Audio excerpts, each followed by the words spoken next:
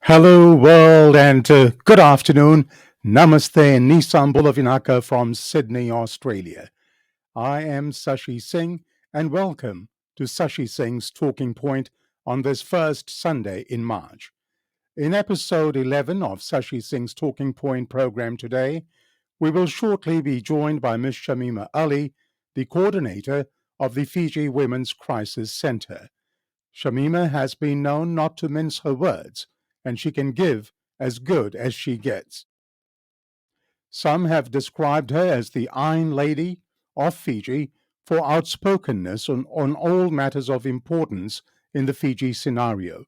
I hope that this afternoon's program will be an enlightening one for you, our dear viewers, and I, for one, am really looking forward to our chief guest joining us shortly. As we begin, may I please again request that you share the SSTP page on your own timelines so that we may share the interview with Ms. Shamima Ali with as many interested people as possible. And to ensure that you receive instant notifications for all future programs, please like the SSTP page and press that follow button as well. The blue button, follow that, click onto that so you don't miss out on any notifications. So welcome back once again, and to those of you who've joined us for the very first time, a special welcome to you. Sit back and relax on this Sunday afternoon for 2 and a bit hours, and hopefully you'll enjoy the program today. Welcome to the Thinking People's program, Sashi Singh's Talking Point, live on Facebook. We begin with episode 11 of the program with a warm welcome to our regular contributor, former Fiji TV journalist Nikhil Singh, to tell us of the key happenings of the week in Fiji and in Australia. Nikhil, welcome to episode 11 of SSTP. A very good afternoon to you. Good afternoon. Good afternoon to you, Sashi, and also to our viewers. Well, wonderful to have you back. Now, firstly to Fiji, Prime Minister Frank Bainimarama has finally returned home after spending more than 2 months in Australia, where he underwent a major heart surgery. The Attorney General says the Prime Minister is ready to rock and roll. What do you have for us on this dance floor? Well, Sashi, after weeks of speculation on the state of his health and his possible return date, Prime Minister Frank Bainimarama returned to Fiji on Wednesday last week. Radio New Zealand reported that the Prime Minister had returned to the country after spending more than 2 months at a Melbourne hospital recovering from a heart surgery. The ABC reported that Fiji's government had been reluctant to give an update on the health of Mr. Bainimarama following the procedure, and the lack of information prompted criticism from the opposition parties and rival politicians. The Prime Minister himself announced his return on his official Twitter account. He was received at the Nadi International Airport by the Attorney General, Ayah Sayed Qayyum. Mr. Qayyum posted on social media that the Prime Minister was, I quote, ready to rock and roll. Sashi, but is he really ready to rock and roll after a major heart surgery keeping him away from office for over 2 months? Well, not according to some. The Fiji Times reported that 2 political parties have jointly called for the appointment of a medical board to review whether the Prime Minister is fit to resume office. The Fiji Labour Party said the rules of governing medical leave in Mr. Bainimarama's case should be applied to examine his health condition. Similarly, the Unity Fiji Party said the Prime Minister should understand the weight of the nation will be on him once he resumes office. Sashi, the government is yet to respond to the call made by the 2 political parties. All right, well, he sure looks fit enough, but I guess time will tell as the election campaign start. And on that subject, an impending mini-budget announcement and review of the national minimum wage is currently underway. What do you make out of this? Well, Fiji's Minister for Economy, Aya Sayed Qayyum. Now, Sashi, if you're wondering, his name does come up quite a lot, because he holds several portfolios. But Mr. Qayyum has told the FBC that Fiji's economic and financial landscape has changed, and this needs to be reflected in a mini budget. The 17th of March, in a couple of weeks, has been flagged as the date when he will deliver the mini budget. Given this is an election year, it remains to be seen if the Fiji First government is using this mini budget to allocate what I like to call sweeteners to voters. Some may even call it vote buying tactics. I can't see any reasons or any austerity measures coming out of this in an election year, as that would be politically fatal for the government, and in any case, any government. And Sashi, the government has also announced a review of the national minimum wage, which currently sits at $2.68 per hour. The review is expected to be completed before the mini budget announcement. The Minister of Economy said the last review was done in 2018, and the usual 2-year review was withheld because of COVID, and the impact the pandemic had. And as such, the review could not be done. Well, the Fiji Labour Party claims to have done a fact check on this, and their leader says, or rather alleges, that the government is being dishonest, and that the review announcement is nothing but an election gimmick. He said, and I quote, "The national minimum wage was last reviewed in the July 2017 budget, effective September 2017, raising it from $2.32 to $2.68. The next review was due in 2019, long before the crisis caused by the pandemic hit the nation. This was not done." He goes on to further say, and I quote, "Our people have been facing extreme hardship over the past 2 years and have been crying out for some relief through an upward revision of the national minimum wage. Where was the minister all these years? I don't believe that he has suddenly woken up to their cries for an increase in the minimum wage rate because of the rising cost of living." Is the announcement really an election gimmick? Well, that's for the government to answer, and they could well do so on this program, Sashi. But you'd recall the Fiji Trades Union General Secretary Felix Anthony told you on this program a couple of episodes ago that the Fiji First government only talks about a minimum wage review when it is an election year. Yes, I take note of that. And you may call it sweetness. I call it simple pork barreling. Now, let us look at a recent polling report. Some startling claims have been made against the Fiji Sun's Western Force opinion poll. What can you tell us about that? Quite a claim, Sashi. The Fijian government's former spin doctor and Australian journalist Graham Davis claims to have exposed an alleged scandal at one of the country's national newspapers in relation to opinion polls featured regularly in the newspaper. In his blog, Grub Sheet, Davis alleges, and I quote, that Fiji Sun tampered with the most recent Western Force opinion poll to bolster the poll's findings on the popularity of the Prime Minister and reduce the standing of the People's Alliance Party leader, Sitiveni Rabuka. He goes on to say, "It is a betrayal of public trust that confirms the journalistic corruption at the Fiji Sun that has long been evident in its overt bias in favor of the Fiji First government and against the opposition." Sashi, I haven't seen any response from the CJ Patel-owned newspaper. Okay, and International Women's Day will be celebrated on Tuesday, the 8th of March. The 2022 UN theme for International Women's Day is Gender Equality Today for a Sustainable Tomorrow. Our guest today is the coordinator of the Fiji Women's Crisis Center, Ms. Shamima Ali, and I'm sure she will share what they've planned for the day. But Nikhil, you have some statistics released by the Office of the Director of Public Prosecutions.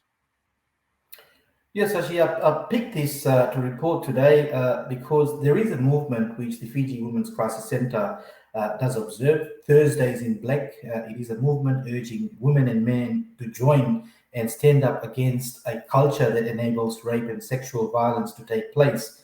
The Office of the DPP released a media update which covered rape and sexual offences statistics for last month, the month of February. In summary, there were 20 people charged with a total of 42 counts of separate incidents in February. Sashi, I understand you will be expanding on this with your guest today. Yes, I will most certainly be looking at those figures and discussing a number of issues with our chief guest. Now, closer to home here in Australia, we've lost one of our greatest sporting icons.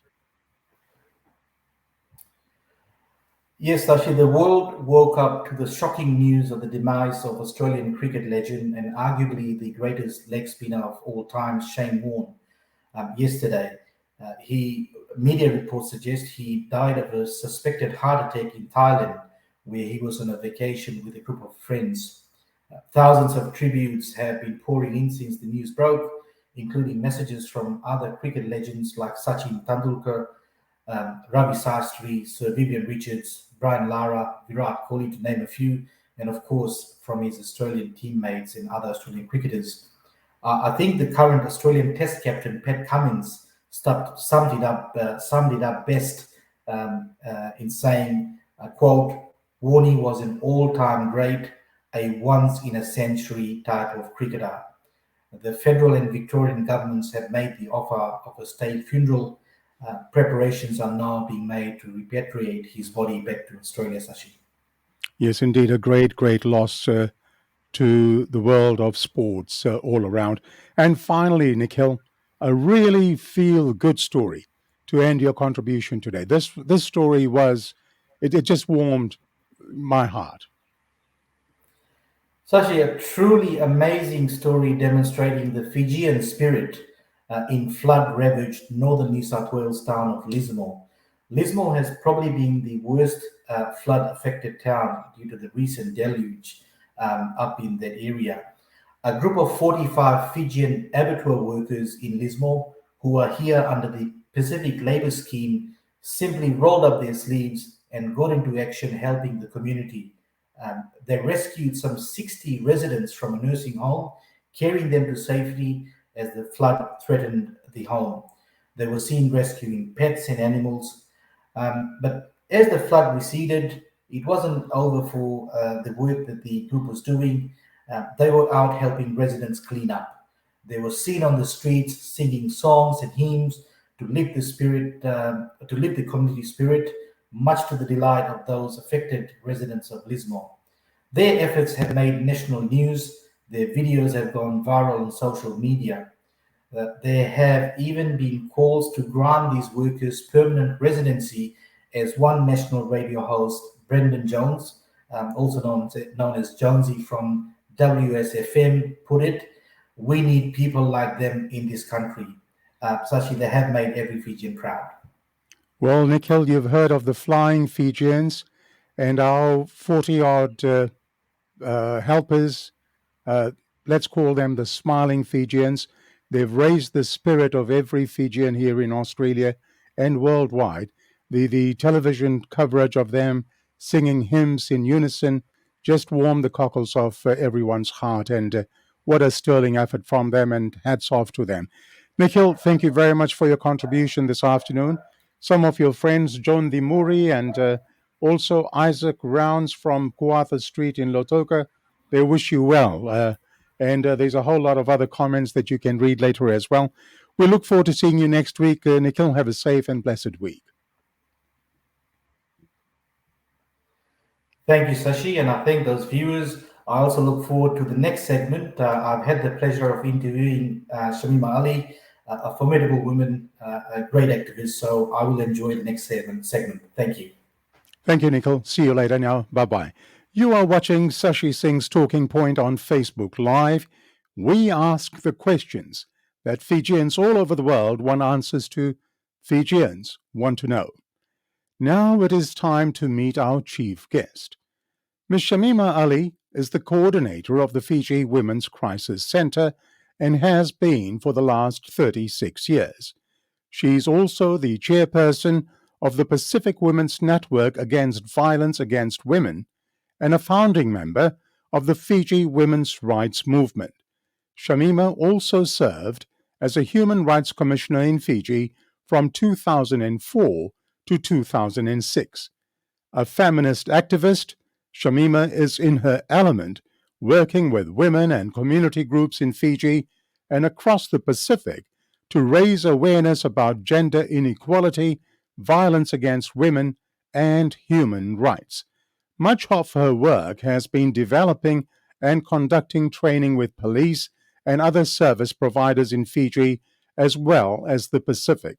She has received recognition for her years of service in the Pacific region on behalf of women, which has included the U.S. State Department's inaugural Women of Courage Award in 2007, the Amnesty International Aotearoa New Zealand's inaugural Human Rights Defender Award in 2009, being named a Paul Harris Fellow of the Rotary Foundation in 2009, and Pacific Person of the Year by Island Business Magazine in 2011 for her work on the elimination of violence against women and human rights.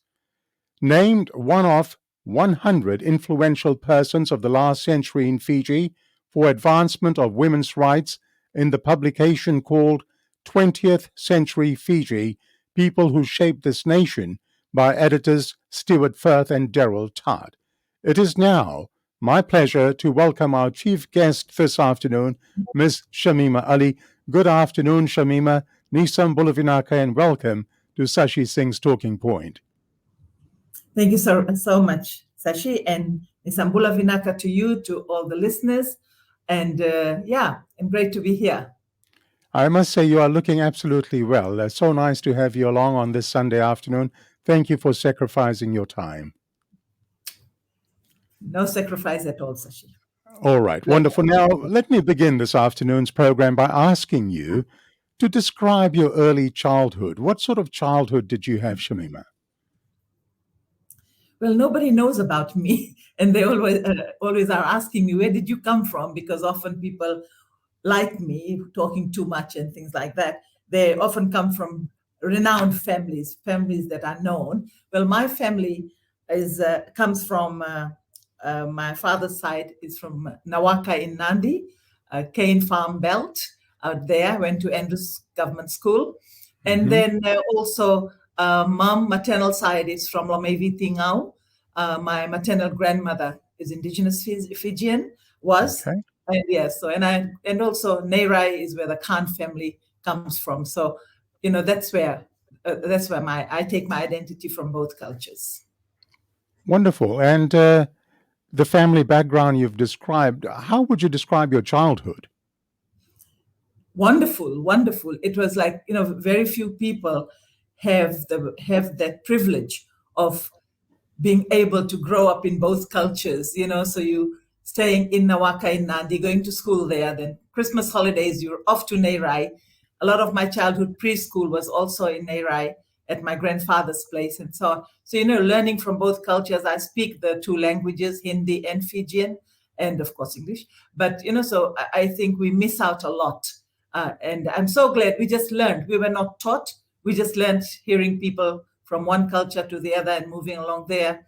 In my own house, my mother, my aunts, my uncles from her side spoke Hindi, Fijian. They'll switch from one to the other. So we had that, that privilege of learning. So yeah, I remember my childhood we were not rich.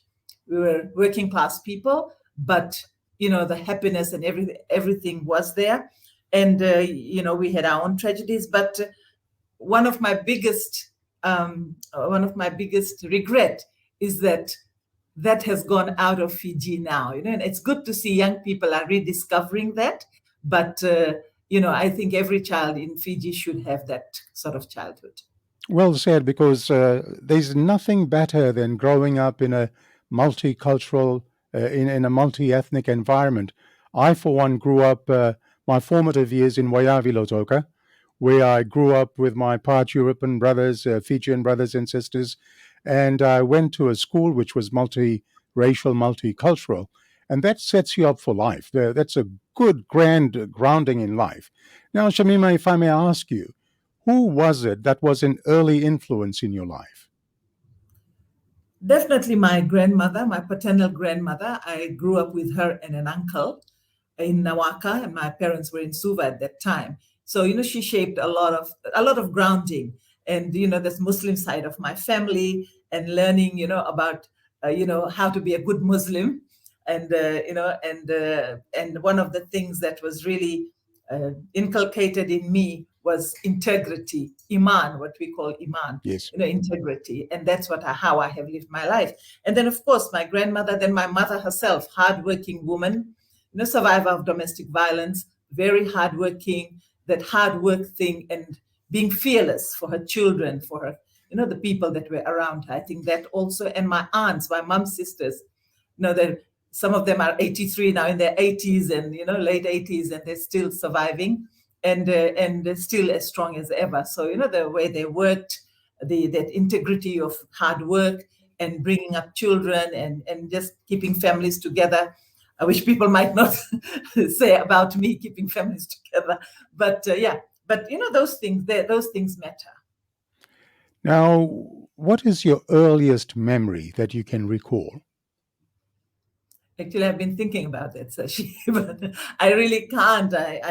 There's so many of them that I remember, and particularly in my old age now, we tend to think more about, when you were growing up and things like that. So I think my earliest memory would be like the traveling to the islands, and just just having a good time out in the villages and so on, and and getting to know people, that community spirit. Even in Nawaka, we're in the Cane Belt area, just those things, and going to school.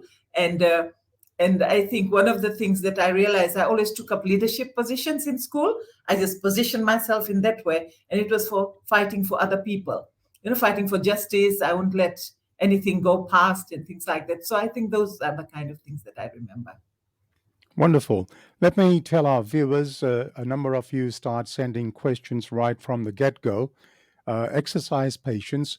I have a lot of topics to discuss with Shamima this afternoon, including domestic violence, sexual violence, the state of matters in the nation, minimum wage. Let's discuss that as well today.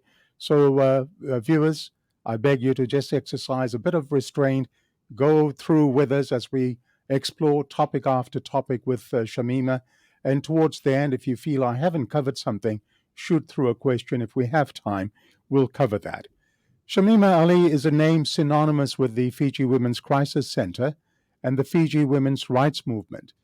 Now, when and how did you first get interested in the feminist movement? I mean, where did this passion for women's rights come from, Shamima?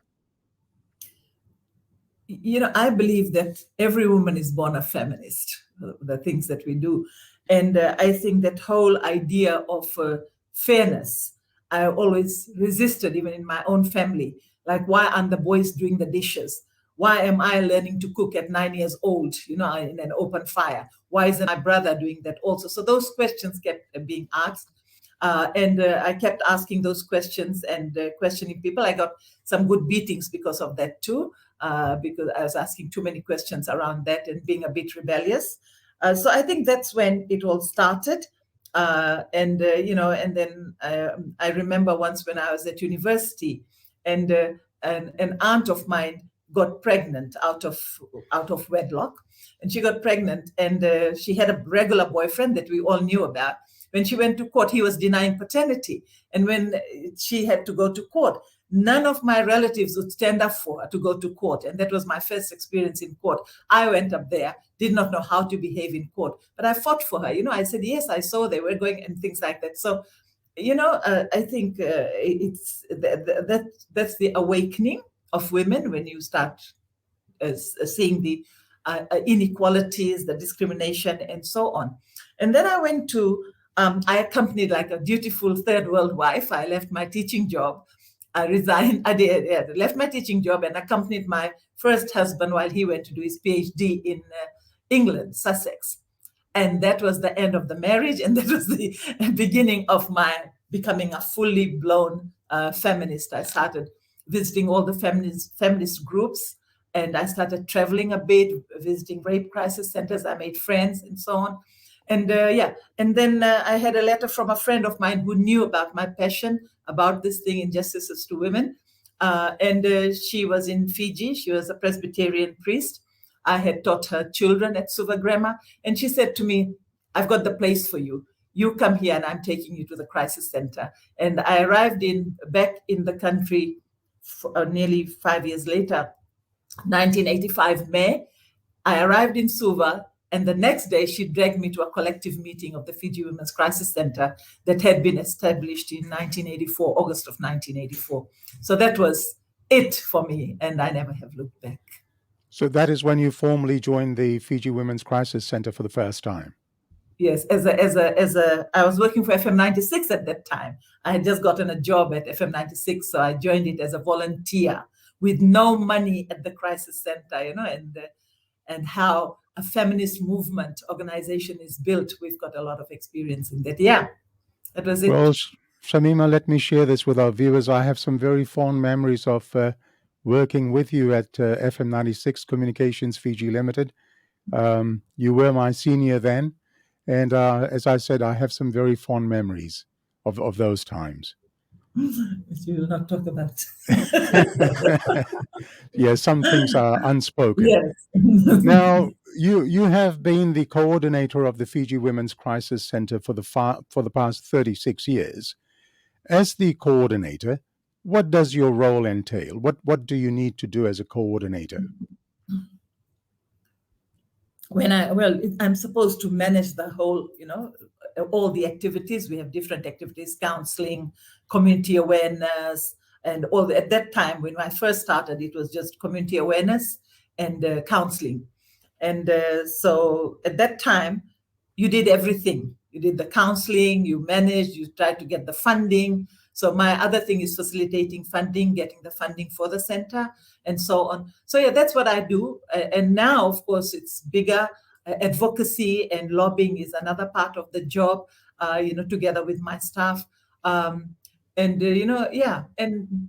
HR and things like that. Yeah. So just what a manager does, but coordinator, we say coordinator is the feminist term. So we try to we're not too hierarchical. We are still one of the old-fashioned ones, and my staff seem to like it. I've got a staff from 2 staff and 3 volunteers. We now have a staff of over 60 people throughout Fiji. So, so coordinator is it's a more equal term where you coordinate, but you're not the big boss sitting there and, ordering people around. We still work as a collective.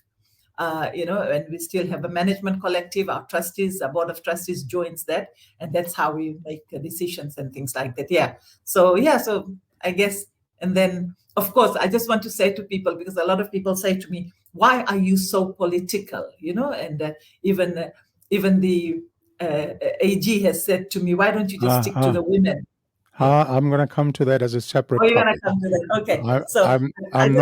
I'm not going to let you steal my thunder. Okay, I'm going to address that totally separately. Okay, all right. So no, but the thing is, the crisis center is built on the principles of within the framework of democracy, human rights, and the rule of law. So our place is, everywhere, and so we have always done our work for the last 37 years based on those principles, and and as the organization grows, there's more and more things to do. We have gone through 3 coups in the last 37 years. So, that's what a feminist organization is supposed to do, and that's what we do.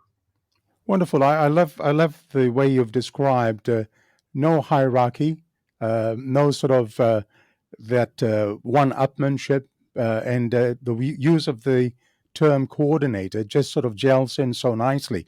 Now, you mentioned the board. What is the purpose of the board in your organization? Well, you see, the Charitable Trust Act, under which we are registered, requires a board of trustees. So we have trustees. Even our trustees, we choose collectively.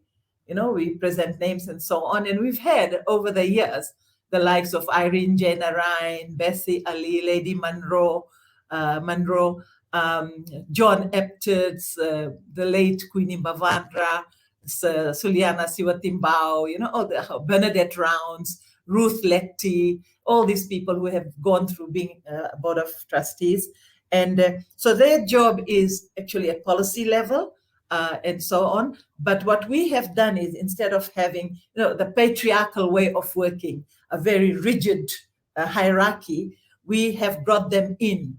They can have their own meetings and things. They do on their own, but we make decisions collectively, and they're part of all the events. And so it's an easier way to work.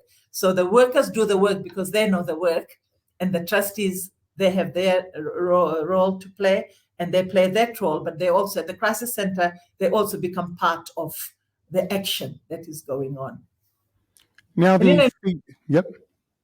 Now we choose people who can contribute. So that we might have someone from the legal field, accounting, religious, community, media, so it's people like that. At the moment, we have got 3, and there are another 3 coming in within the next few months. Well, some of the names you've mentioned, they are ladies with such high caliber and experience in their own works of life, and sounds, that you fall back on a board which has a wealth of experience, which is wonderful. Now, in terms of funding, how are you funded? Where does the money come to operate the Fiji Women's Crisis Center? From your money, your taxes that you pay in Australia. Yeah. So we are very lucky, especially when we started, there was no money. As a collective, those of us who were in paid employment, we were renting 2 rooms. So we would take turns in paying the bills, those of us who had the money to pay it. So that's how we started. And at that time, when we started, no one recognized violence against women as a human rights issue or as a development issue. So it was just happening to women. What about it, So we joined the whole global lobby and so on. I went to Australia. I went on a trip that the Pacific YWCA paid for to meet various people and so on. So in 1991, we got our first funding from DFAT. At that time, it was AusAid, long time ago. And ADEB, not AusAid. After that, it became AusAid. And we were the first organization of this nature in Fiji, in the Pacific, which got multi-year funding, 3 years. And now we get 3 years, 4 years, 5 years, and so on, which it helps us to do our work better. We don't have to be looking for funding every year. So DFAT is our major funder for that. And also the New Zealand government pays for all our branches in Lambasa, Ba, Rakiraki, and Nandi. So the 2 of them, but the core funding and all is coming from them. DFAT has got their contribution is major.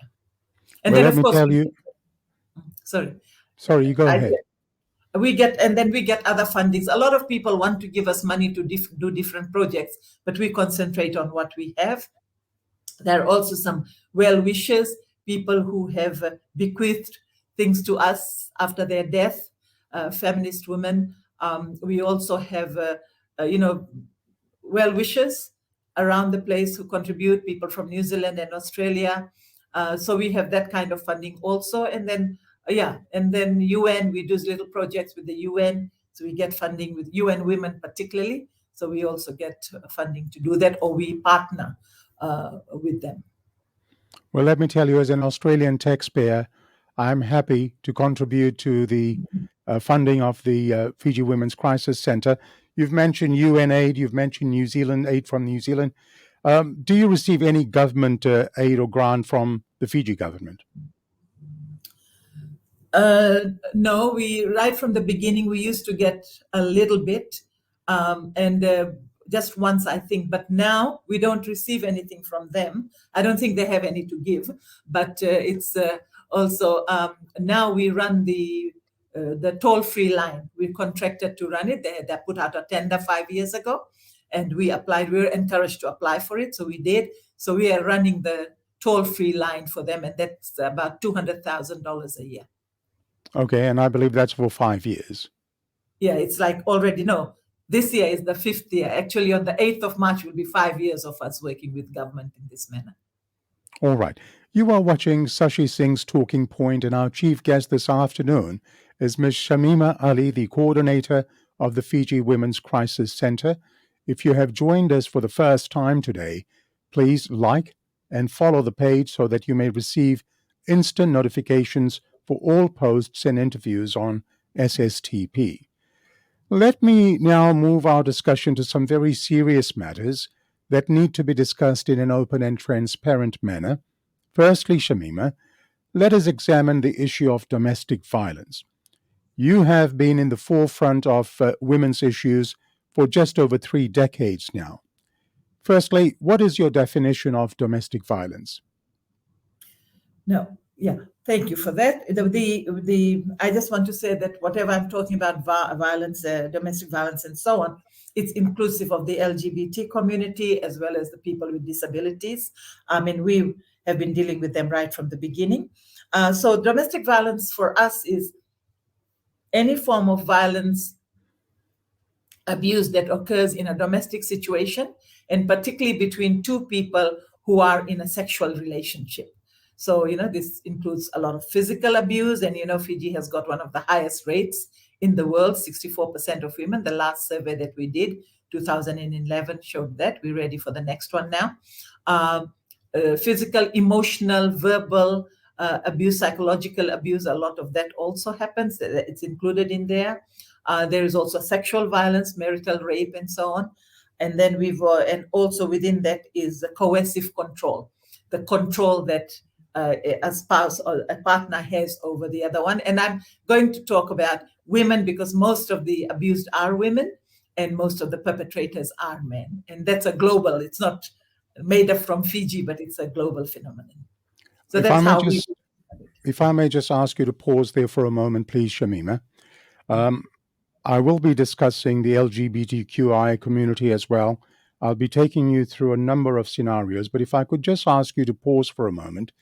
One of our viewers, I need to address this particular viewer, Mr. Shailendra Prasad, I will not tolerate any forms of abuse or I will not tolerate any discriminatory remarks, and I am requesting our admin, if you could please remove Mr. Shailendra Prasad for today, and if he needs to talk to me, he can talk to me after the program. But Roma, if you could please get rid of Mr. Shailendra Prasad, I will not tolerate any forms of slander or any forms of abuse on this network, on this platform. Sorry about that, Shamima. Let's continue. So you've defined domestic violence. Now, during the COVID-19 lockdown phase, I understand that the domestic violence situation in Fiji was described as a crisis within a crisis. On the one hand, Fiji, like other countries, was trying to do its best against the pandemic. Activists and non-government organizations in Fiji reported a concerning increase in violence against women and girls since the pandemic began in the country, where rates of domestic violence were already among the highest in the world. You were quoted in saying in an article that I got from Al Jazeera dated the 24th of February, 2021, and I quote, "It," referring to the pandemic, "it has definitely increased violence against women compared with 2019 and last year. The frequency and intensity has increased. The beatings are getting really bad. There is punching and kicking, which was always there, but also the use of weapons such as knives and cases of false prostitution of women and children." End of quote. Why was there such a sharp increase in domestic violence during the pandemic lockdown? Well, because of the lockdowns, the border controls, the closing of the borders and so on, the loss of jobs, and that forced men to stay home a lot more, monitoring the woman and so on. So there was a lot more coercive control, a lot more time for them to take out their frustrations on women. So these were mostly relationships where there was already violence of some sort or other. So it just increased in frequency. He was home a lot more, a lot of frustrations, Men, that's in a patriarchal society, this is what happens. Who you take it out on are the women and the children. So that's what they were doing, controlling women. And people lost their jobs.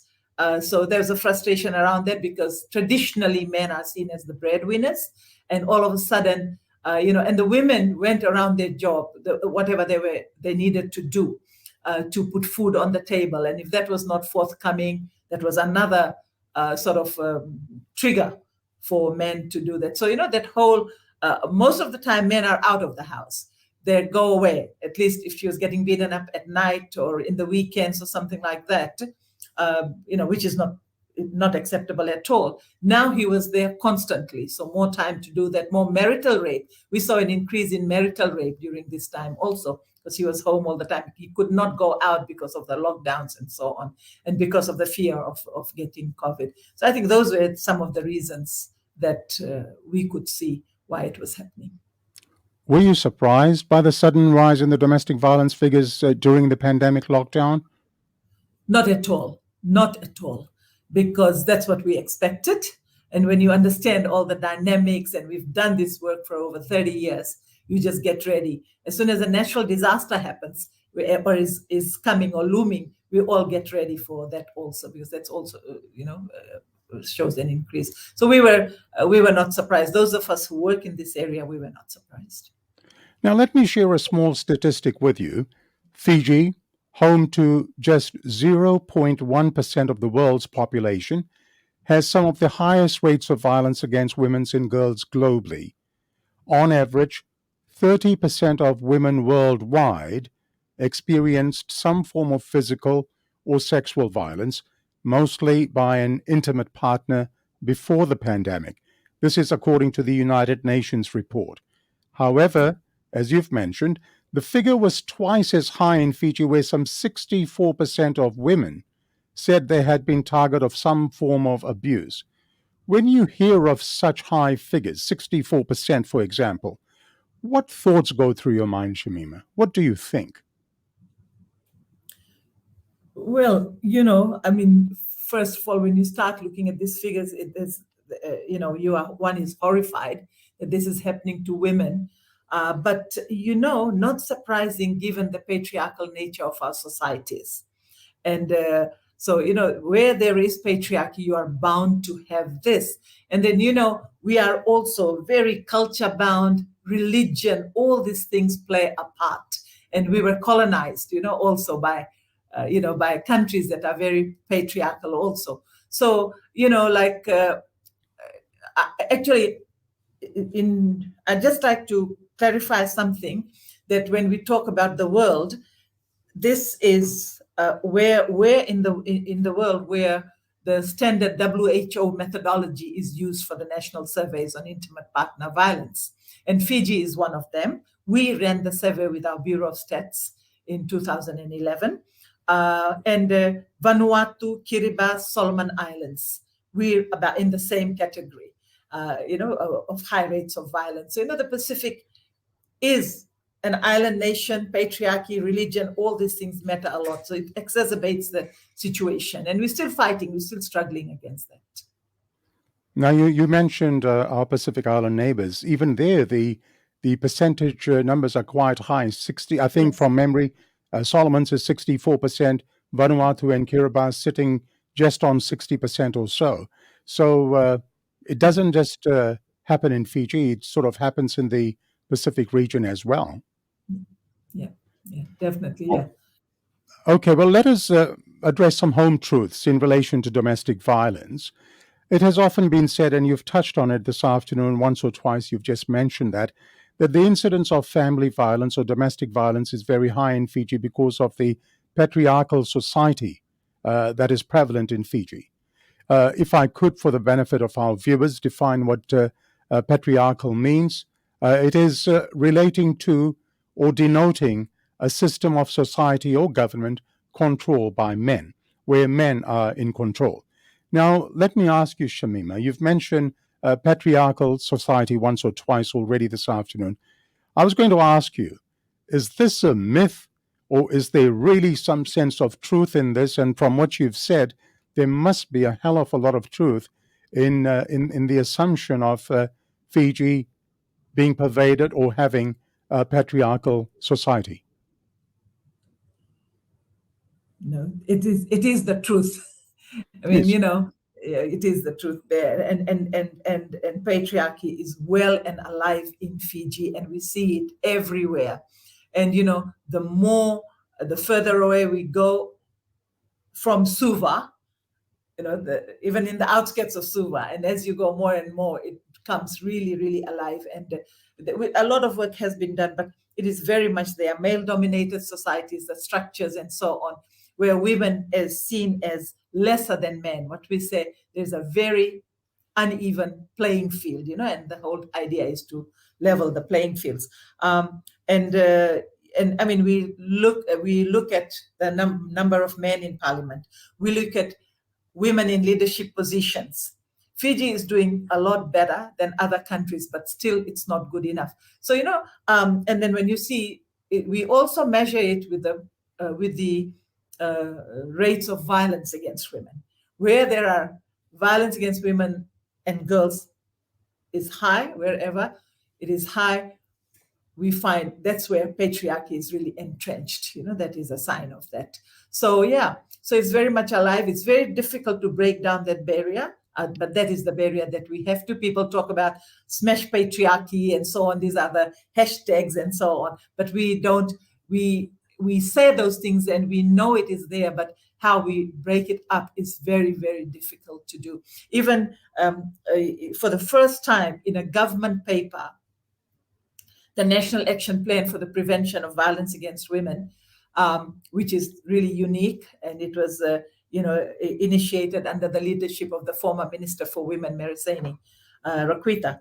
And so that for the first time recognized, and it's written down that the cause that the whole prevention plan is based on looking at the cause, recognizing the cause being patriarchy and all the patriarchal structures and what it brings with it. So, that is a big thing for us. But then how do we then address patriarchy? That becomes the problem. I mean, I'm sure you were going to say yes to this. I mean, don't you think it's time for men to stop blaming women for men's anger? I mean, is it not time to speak out? I mean, society has to be prepared to change its attitude in the first place. And you have in the past said that a lot of social problems also come from society's attitude, which was the biggest problem. What did you mean by this when you spoke of society's attitude? The way we view women's place and so on, and even, like women also, we become like, what we say is the man, patriarchy makes the rule, the patriarchs make the rules, and the women police it. The mother-in-law syndrome, looking at each other, and things like that, judging each other and making sure we're on the straight and narrow and so on. So we're all involved in this. And if women don't do it, they're supposed to look bad. If a daughter does badly in something or has run off with somebody or has a boyfriend or hasn't done well, it's the mother's fault. So that it's the mother's duty to make sure the daughter is on the straight and narrow. And when we talk about the straight and narrow, we are limiting girls' spaces. So they can only be one thing and they cannot explore and, it doesn't build their self-esteem and things like that. So, and then what people say about women, how women are treated. When women are beaten up, she must have provoked him in some way. She's the provocation, she provoked. Or men cannot control their anger. Totally BS, so to speak. Mm-hmm. So that's not true at all. And women are told not to answer back, be obedient, all those things. These are all myths. Women get beaten up anyway. And they say it's men's anger. Even I heard the Honorable Rosie Akbar the other day speaking and saying that we have to control our anger. It's not about anger. Women get angry also. Why don't women beat up men all the time and keep them in that cycle of abuse? Domestic violence is not a one-off. It goes on and on and on, and women are encouraged not to report these things. So it's not about the anger. We just make all these excuses for men. We never look at perpetrator. We don't look at why he is perpetrating. We immediately blame the woman. So that is the mindset, and it is very hard to believe it. After 36 years, I can tell you, I do a lot of radio programs, though it's getting less, but there will be a question from the listeners about the girls too, like for rape, the girls too should not be dressing up so skimpily. Or women too, you know, they need to obey their husbands. These women too, nowadays, they don't want to cook and so on. So that is still very much there. And that is what we're chipping away at it little by little. I'm going to come to the issue of mindset in just a moment, but just before that, what kind of stigma is attached to victims of domestic violence, and does this stigma have a negative effect on the victims? Oh, definitely, because this is why crimes against women and girls is so underreported. When we talk about domestic violence, it's her fault, so she's looked down upon. And if a woman decides to leave a relationship, one, it becomes very risky for her. Most of the murders in Fiji over the last 9 years have been around when she has decided to leave. It becomes very risky. No one wants her. Everyone tells her to stay there, including a lot of the religious, because that's the first place women go to. So they're told to keep the marriage together anyhow. No one is thinking of what she's going through. So there's a big burden on her to make it work. She can't. The perpetrator is the one to blame. He can make it work. So that's the stigma. And then if she is left, a divorced woman becomes like is ostracized. Whereas the divorced man immediately becomes an eligible bachelor, and people start looking for a wife for him, preferably a younger one and a more obedient one. But the women are ostracized. She becomes the target of other people, her family, taunting her and saying things about her. And then there are also those men who prey on women like this. So it's a very difficult time for women to experience when women leave a relationship or decide to. So they stay in it, and sometimes they die in it. Which is most tragic and unfortunate. Yeah. You mentioned mindset. Let us look at the subject of mindset. Having said that Fiji had some 64% of women suffer from some forms of abuse, what can be done to bring about a change in the mindset of the male population and society as a whole? How do we change that mindset? Well, Sashi, we have a program that we developed here in 2000, and it's called Male Advocacy for Women's Human Rights. And it is one of the best practice models that we have developed here in Fiji and the Pacific. That's ours. And it's a good program. We haven't done enough of it, but that has shown results. In fact, our first time that we ran that program was with the military, when Mr. Bainimarama was the commander, and recognizing higher rates of violence within the military, anywhere in Fiji as anywhere else. So they asked us to run these programs for groups, 25 groups, and we ran that for three years. Then we did a national one under the Ngarase government. They became partners in this work. So we have seen changes come about. It's hard, but it can happen.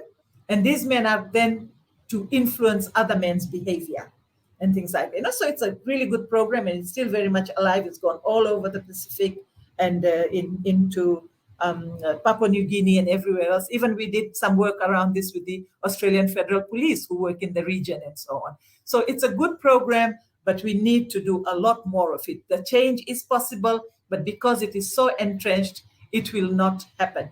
But also within Fiji itself, we need to, I believe, having worked in this area and looked at it from all angles, and people like myself believe this, is that everyone in every profession must undergo gender and human rights training. They must do that, starting from the schools and so on. And hopefully our prevention plan will be, a lot of it is coming out through the consultations that schools and so on. But also, like you will be talking about the police, and we'll talk more about that later on. But yeah, so everyone has to be gender sensitized to recognize this heinous crime that is amongst us, where women lose their lives. But because women are seen as it's only happening to women, it's in a private affair, that attitude is very much there. So it's happening to women. When you already think women are lesser human beings than men, that mindset is already there through patriarchy, the way we are brought up and so on, then it's easier to brush it off. But even the police stats, if you look at police stations and you go there, when you look at their stats around assault and so on, the majority of the people who are being assaulted are women. It's domestic violence.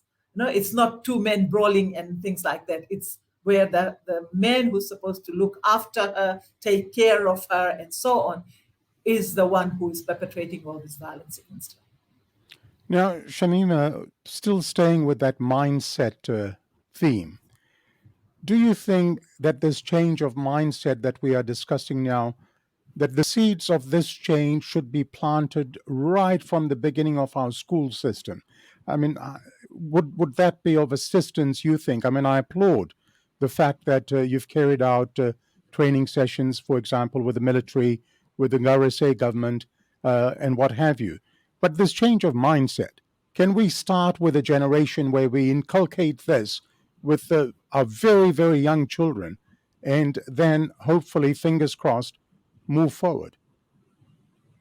Definitely. Yeah, that's what I just said, that, that's where it should start, from kindergarten, respectful relationships, all those things that have other people have got in their countries and so on. We haven't been able to do that. When I was at the Human Rights Commission, way back in 2004-05, we had someone developing to include that in the curriculum. And at the moment, I don't know where it is sitting. It's disappeared from somewhere. But I just being part of the national consultations that are going on at the moment for the prevention plan, a lot of input from the public is about starting in schools, and that's where we should start. And in our own, and also, we don't have programs on better parenting, equal parenting, and things like that. So all those things go together, and the leadership must also show those kind of sentiments. Well said. I mean, it's a crying shame that you mentioned a program that was being developed, and as you said, you don't know where that program's got to. There has to be some sort of importance given to this very important subject that inculcates in a curriculum, maybe social studies about how genders and gender equality, etc., that has to take shape. And as you say, it also starts with leadership. Now, you have in the past called on all stakeholders, families, communities, and the society as a whole to support women in what they're going through and to allow them to make decisions for themselves.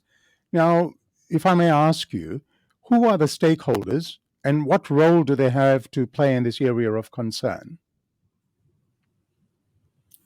Well, we always say that we all are stakeholders in here, communities and so on, but we say the major stakeholders, and that's why we're always calling upon the police to do its duty. They are the major stakeholders in here, because that is where women, girls, and children will go, and so on. So that's them, that's the government, that's our religious community, that's our traditional leaders, all these people, the youth, the leaders in the community. We are all stakeholders in this, people who are providing the services, all the government ministries, the health, the education, everywhere. We all need to come together on this. And it just seems that we're not able to do that, in a consistent manner. Well, given the kind of political upheavals we have had, even some things that we're working and we're going towards an objective, everything has been disrupted, and so on.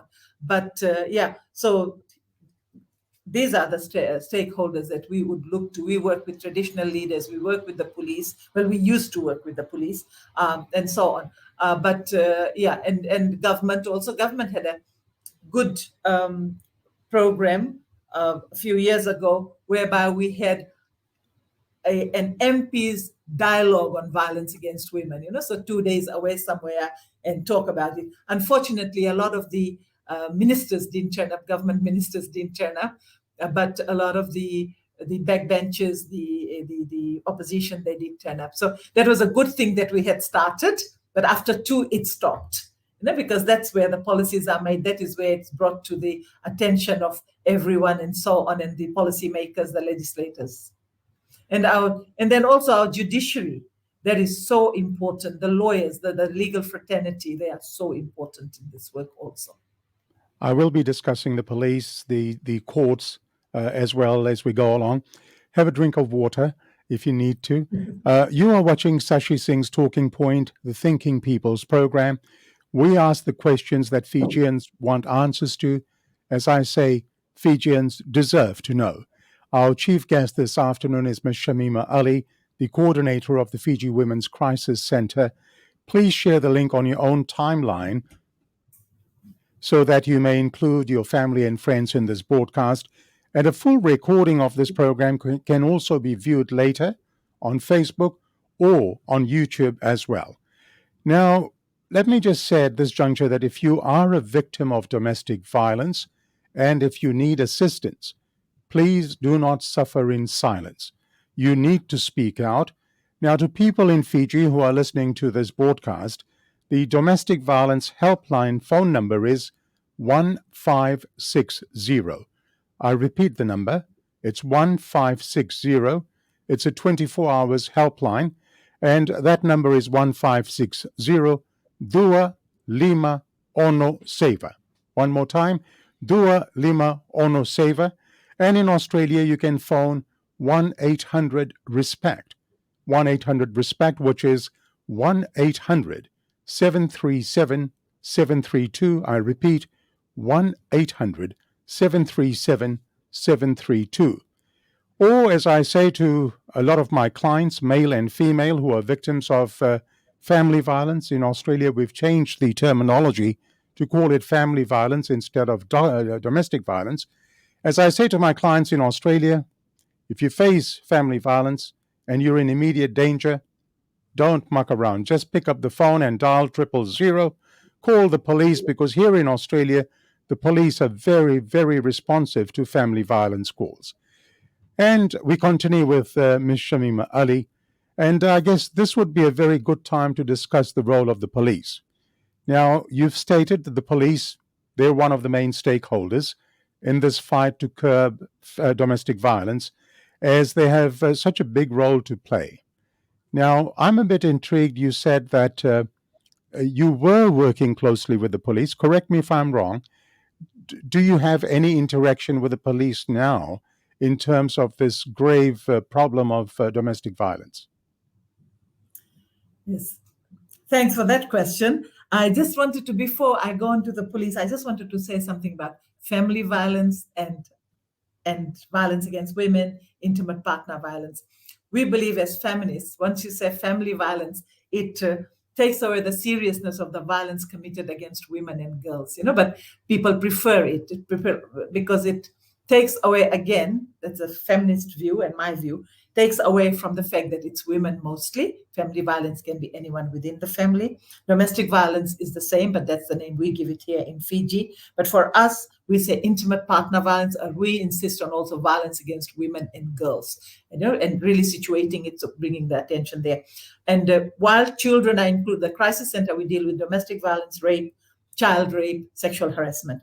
While we also don't say women and children. Everyone starts concentrating on children and not child rape. They look at other welfare issues for children and not child rape. And we're trying to bring the attention back there to the children and the rape of children and back to the women. So anyway, police. From the time that we started the work in 1984, from 1985, we were already working with the police at the police academy. They had the old buildings at that time, so we would go in there, recruits, 90 recruits and so on. So we were called in to talk about the issue of domestic violence and so on. Of course, at that time, we did not have particular legislations around it, but we talked about it so that they could respond better, because we were getting a lot of complaints about how police were treating women when they reported domestic violence or when they reported rape and things like that, sexual harassment and so on. So we had that program. And gradually, as the years went on, we started having actually regular trainings with the recruits, with the qualifying courses, and there was more of an interaction between the academy and us, and we could also go and meet with the Commissioner of Police, and that's how we got the no-drop policy in 1996, was first introduced in the police force, the no-drop policy, and so on. So we were able to work with the Commissioner then, I think it was the late Savour, and so on. And then later on, it went to another stage where we helped develop the curriculum around gender violence. So it was gender, domestic violence, rape. So and then we started training. First, it was like half a day, then 1 day. Then we said, no, at least 2 days. You can't just have 2 hours and so on. So that was all going well. Then, of course, 2006 happened. From 2006, it's become very irregular, erratic. We've had many meetings. Before Mr. Ngilio left for studies to England, we were meeting on a regular basis, and and I could call him when we were having difficulties. He also put me in touch with his officers. So we've had once a police officer said, we have a love-hate relationship with the police. So we know what is going wrong because my staff, my counselors are at the police station and so on. So we have not been doing any training there on a regular basis. We get invited, even though we have said we are here. We've done some. We did the executive training, of which the police commissioner was part of, and all his top men at headquarters. And that was in partnership with UNDP and the Ministry for Women. We did that, but that was some years back, like maybe 4 or 5 years back. A lot of these people have gone, retired, or been forced into retirement at 55, as you know. So we've lost some very good police officers who grew up with us, so to speak, and so on. So at the moment, that is where we are, but we still can pick up the phone. We can still talk to police officers, but it's like, these are the women who reach the crisis center. Then we can advocate on their behalf. We even have had to hire a former police officer as a police liaison officer. So he's been working for us for about 5 years now. So he goes, so our counselors, when they keep pushing a case and they can't do it, he goes and takes over so they can continue with counseling other people, and he goes and sits at different police stations and so on and encourages them. He's a very experienced officer, forced to retire at 55, but he is doing that work for us. But that is an ongoing thing. I'm hoping to meet with Mr. Ngilio, soon, and then, and start getting back into the academy, because it is very, very important. And, the academy seems to, for us, from what we are seeing, is that we have had a lot of new laws, the Domestic Violence Act, the New Crimes Act, and so on, about rape and so on. A lot of the police officers don't know about these things, how they can give a woman, how they can obtain a domestic violence restraining order. So our counselors are always helping them to do that and telling them how to do it. Like, we have to remind them. So women who don't reach us, a lot of them fall by the wayside. Those who reach us, we will, we're like a dog with a bone, we will get through with it. So we have problems in this area at this point in time. Hopefully we'll sort it out. Well, sticking with the police, let's look at police attitudes. For instance, you have in the past, you've been critical of the police in not responding to breaches of the Domestic Violence Restraining Order, the DVRO. Have these attitudes changed in the last 2 or 3 years? I call it the golden years. We had a lot of difficulties in the beginning, but slowly built up the relationships with our stakeholders and so on. Things improved. We were training. So the golden age was when, we had the domestic violence, the no drop policy, and things like that. So, and the police were getting trained if not by us, their own officers had been trained to deal with it, and so on. And then in recent years, it's just fallen apart. Because one thing we must realize, police are Fijians, are our citizens. We are in this, like the people of this country who also have grown up in patriarchy, within patriarchy. So those attitudes exist there already. Then when you have a male-dominated institution like the police, many more women there now, but still it's very male-dominated. When you have that, the military and so on, it gets worse. It sort of really reinforces patriarchy and so on. And then, we had that, so the golden age has gone now, but then we had that very, very bad time of souls to Jesus, the Jesus strategy that we had in the police force, that, that to combat crime. And that really took us back a long, long way. And some of the remnants of that is still there, but again, improvement. But, it's like an ongoing work.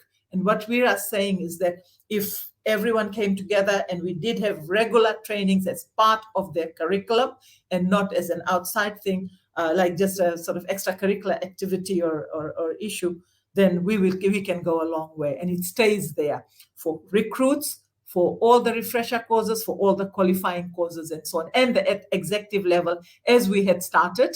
But again, now we're not doing that anymore. So those attitudes they bring into their work, and some of them are perpetrators also. Some of at the moment my counselors are dealing with perpetrators who are from the military, perpetrators who are from the corrections, from all the and the police. So there's a lot of brotherhood. The brotherhood still lives, and even though they have zero tolerance to their policy for their staff to indulge in the domestic violence, it doesn't work out that way. There's a lot of one-talk system going on. Now, you and I both know that violating a DVRO is a crime in itself. Such breaches have in the past resulted in deaths, both here in Australia and also in Fiji, as you mentioned today. How proactive would you like to see the Fiji police get when it comes to dealing with breaches of the DVRO? We just want them to do the job. That's the law. Just follow the law. The attitude should not come in. That's what we're saying. Just follow the law. And that will only come when they do become concerned. There are a lot of, don't get me wrong, please, there are lots of good police officers over the years and even now that do their job. But there are many more out there who do not do it. And that is why women get hurt more. Women can die when there is a breach and nothing is done about it. And when they come out on bail because the cells are too crowded. So that is seen as a trivial crime. So if a man is in there for breaching or for domestic violence and he's in remand or something, he's let go. And we've had a couple of women who got hurt very badly because they didn't know he was out on bail. But so it's the attitude that needs to change. Once the attitude changes, they will follow the law and everything else, the mindset, all that, and really sticking to the zero tolerance policy and so on. Well, this is a good juncture to discuss another important stakeholder in this chapter of domestic violence. That is the role of the courts.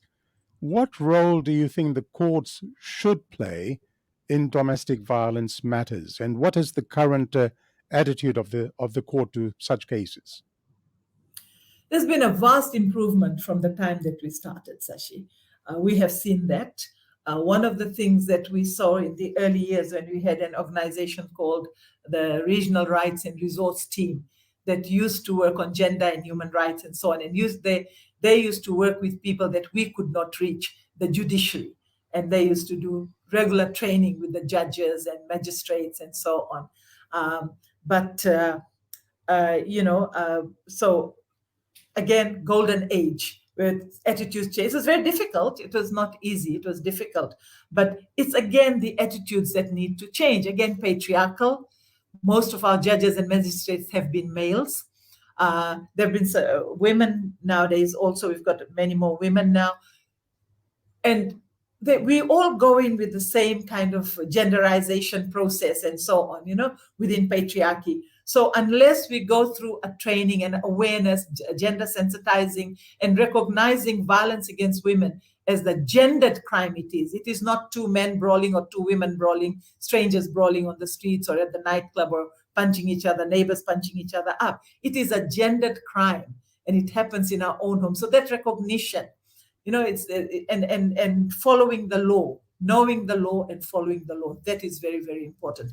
So while a lot has improved in rape, with the rape laws, the new rape laws, the domestic violence Act has remained gender neutral. So we're hoping for a review. We are hoping that a review will be done and a recognition of the gendered aspect of domestic violence and so on. So while a lot has improved, I will say that we still fall through the cracks. And because we monitor, I've got 5 lawyers at the crisis center. We've got a legal team here. So their job is just monitoring judgments and ensuring, and then, so that we can lobby and advocate for what is going wrong in the courts and so on. Yeah. So that also will take time, lots of improvement, but still space for more improvement. Let me give you another example of a case. When I read such cases of attack on women, it makes me ask the question whether some men treat their wives as anything but a human being. And in this real case, a person by the name of Suliyasi got angry over being served with biscuit and tea for breakfast instead of ndalo. Suliyasi got so angry, he allegedly kicked the thermos containing hot water at his wife, and she sustained burns on her face. The perpetrator in this case, Suliyasi, was charged with act with intent to cause grievous harm. I say that first and foremost, Suliyasi should have been thankful that his wife served him breakfast in the first place. Now, that is my anger. But let me ask you, Shamima, in a case like this, what advice would you give to the wife? Look,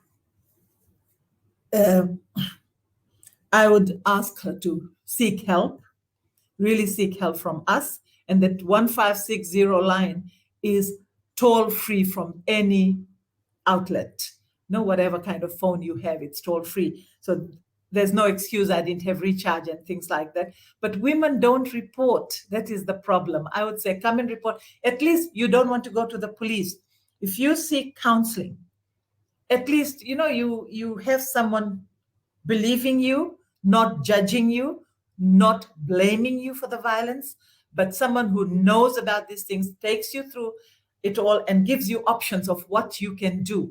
And we have seen women like that who have come to us like really down there crying, and they go up like this because all of a sudden they have information.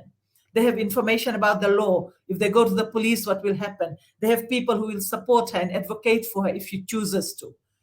So I would say you don't have to. Some women think as soon as I go to the crisis center, my marriage is going to break up and I'll have to go to police. No, you are given options and you pick the right options for you. So I would say to her to seek help. Some of the doctors now, the young doctors, are referring cases when they end up in hospital or giving them the number, the 1560 number, for them to call when they another time, because everyone knows it'll happen again if she doesn't do anything about it. And we've seen that happening. Referring to that same case of Suliyasi, Shamima, High Court Judge Justice Selesi Temo highlighted the need to have a men's crisis center in Fiji where men could also get help. However, Justice Temo said while presiding in that case, and he said, and I quote, "Unfortunately, Shamima Ali doesn't agree and support my concern." Now, what were your views on Justice Temo's call, and why did you not support that call for a men's crisis center? Well, Justice Temo and I go back a long way, and he's one of the better judges that we have. I would trust him with cases against perpetrators of violence. But these things do come out. I've just said men don't need a crisis center, but men definitely need, because men also have issues, and when they can't solve it because of the way they are brought up like men, like I'm a macho man, I must not cry, I must not show my feelings, I must not share. then they take it out on those who are vulnerable. And these often are the wives and the children in the house. So they do that, but they need to have an outlet. So I've always said to men, set up a counseling center, but don't talk about violence against men, because all the statistics throughout the world, that the day we have a crisis center is when you come and tell me, and the survey, a credible survey recognized globally, tells me that 64% of men in this country are physically or sexually abused.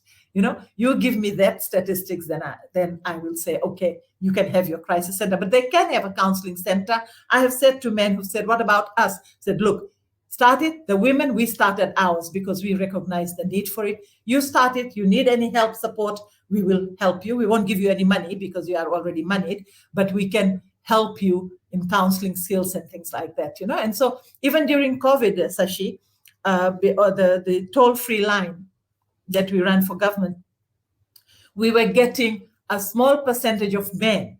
In fact, for us, it was big, but even though in the general scheme of things, it was small. So what we did was our male advocates, 5 or 6 of them, they got together, our counselors trained them. So when those men called our 1560 line, because we wanted to keep it empty, free for the survivors, we referred them to our male advocates. So they could talk about, they were suicidal, they had lost their jobs, couldn't keep up with the mortgage payments and so on. So men have those issues. And because they are the breadwinners, seen as the breadwinners, they feel ashamed because they cannot provide the food. Their children are going without food and things like that. So they have issues. And men get raped also. The men who get raped by other men, they end up at the crisis center. We look after them also. But to say that is like, to men, it is an insult to women who get beaten up on a regular basis by men. Well, in Australia, things are a bit different, if what you're saying about Fiji, because we have in Australia a men's helpline. We have issues of domestic violence with men. In my position as a lawyer, I've dealt with men who have faced abuse, and we've even won cases in court. And these are particularly cases where men have arrived here as migrants, and because of their visa status, in some cases, they have suffered, a lot of abuse at the hands of their sponsor. And so the courts are attuned to this, and that is why they call it family violence. But I take your point about Fiji. Let's move on. Another area of great concern is the incidence of sexual offenses. Now, there has to be something terribly, terribly wrong with the social and moral fabric of society when one sees a ghastly count of sexual offenses day in and day out. Let me share this with you, and I'm sure you've gone through these figures released by the Office of the Director of Public Prosecutions for February alone. 20 people were charged with a total of 42 counts of separate serious sexual offenses. This is just last month. And of the 20 people, 1 was a juvenile, 1 was a police officer. The Office of the DPP says there were 29 cases of rape, 2 attempted rape cases, 1 case of abduction with intent to commit rape, and 3 cases of indecent assault and 7 cases of sexual assault. What, in your opinion, is wrong with the social and moral fabric of the society in Fiji? Why such horrendous figures for such a small nation like Fiji? Look, I work around the region. You get the similar kind of numbers. And I've done the numbers in Australia and New Zealand also. They're quite high and so on. But so Fiji is no exception, but then it exacerbates. There are factors that exacerbate that. And that is I just want to read out to you these our own stats here. Who is doing the raping? So we had about 818 total rape survivors and 870 total rape perpetrators. We had 225 child rape survivors from 2 years to 17 years. Now, of the 870 perpetrators, 836 were known to the survivors. 96% were known to the survivors. Of that 96%, 76% were related to the survivors. These are the fathers, the grandfathers, the uncles. The strangers were 4% of the perpetrators. Those were the strangers. So who is doing it? What is it? The moral fabric of society? This has been going on for a very long time, very, very long time. But it was very, very hidden. Now, because of all the awareness and things, people are reporting. So even with all the work done over our 36 years, after the survey 10 years ago and so on, we are falling back. We are falling back. There are other factors that are coming into play. When you have increased militarization in a country, the machoism grows. So we're seeing increase in sexual harassment, in all forms of violence, even amongst people, the brawls, everything that is happening. So that's one of the factors that we have there. We also have the advent of pornography that desensitizes people to sexual activities and things like that. Younger and younger people are watching porn and so on.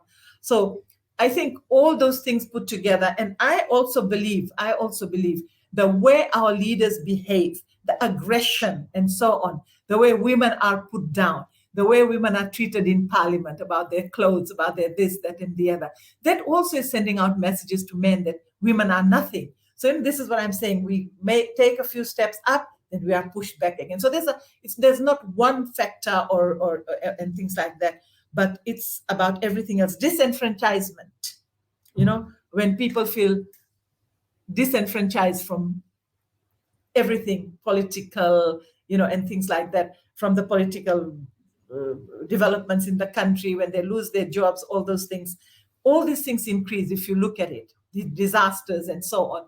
Violence against women always increases, and particularly when there is political turmoil, political instability and things like that. So those are the reasons, and we have to start looking in our own homes also. Why are our grandfathers, stepfathers, fathers, brothers, uncles doing all these things? I've got to jump in and say something here. I mean, you can mention 96% of the people are known, the perpetrators are known.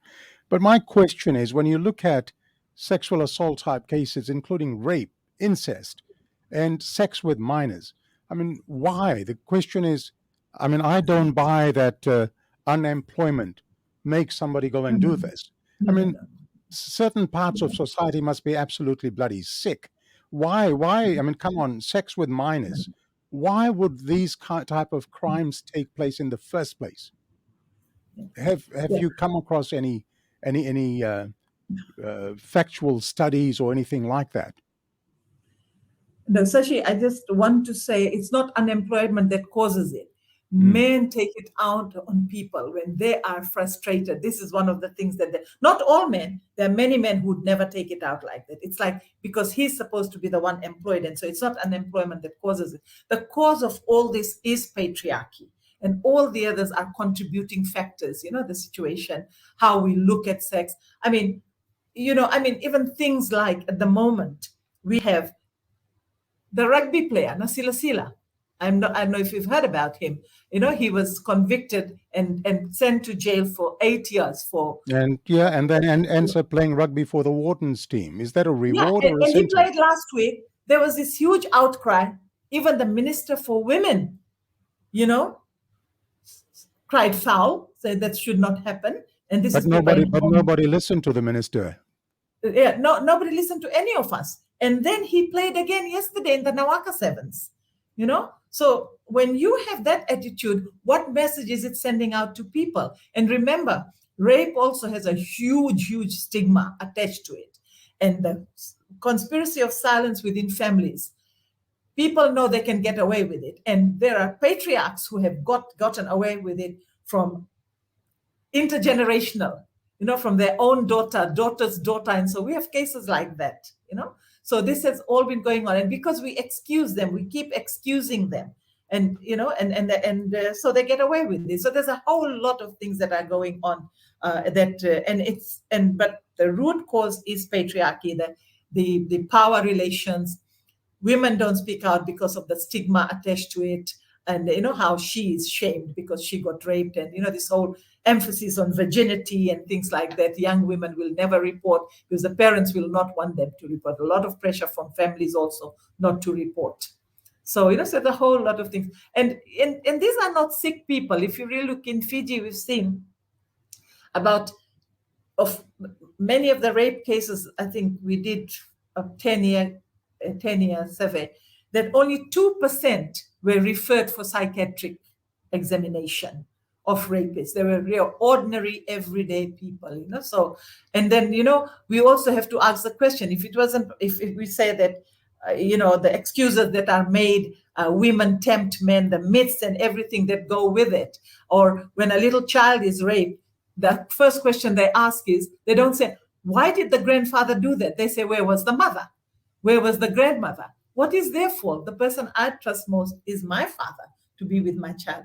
So yeah, Sashi, so it's not, we don't believe it is sick people. It is just, and also, I just say it's patriarchy, is the unequal power imbalance. And I think it is now coming out. We believe that it is now coming out. People are talking about it. The ODPP over the last 2 years has started taking out the data and so on, which is very, very useful because at least they will believe that data. With that data, at least it comes out into the open as to what the figures are. Now, if sexual assault type cases were not bad enough, let me now address what I term sex for marks scandal, or sex for grades, at a prominent university in Fiji. It was highlighted in the Shine a Light column on 27th November last year, some of the experiences encountered by students at the university. The article pinpointed actions of men in positions of power, particularly lecturers and tutors, who preyed and pressured young, naive, and vulnerable female students for sex in exchange for good grades. Let me very quickly state that I am in no way brushing all lecturers and tutors with the same brush. However, for this story to come out in the open, there surely must be some really rotten eggs at the university who need to be dealt with by the law. Now, a Professor Kelly, who had worked at 6 international universities, allegedly stated that this university in Fiji had the worst case of sexual harassment. She is reported to have said, lecturers pick well-behaved, shy women who don't stand up for themselves. Now, at this time that the news came out, you said that the Fiji Women's Crisis Center received sexual harassment reports from several tertiary institutions around the country.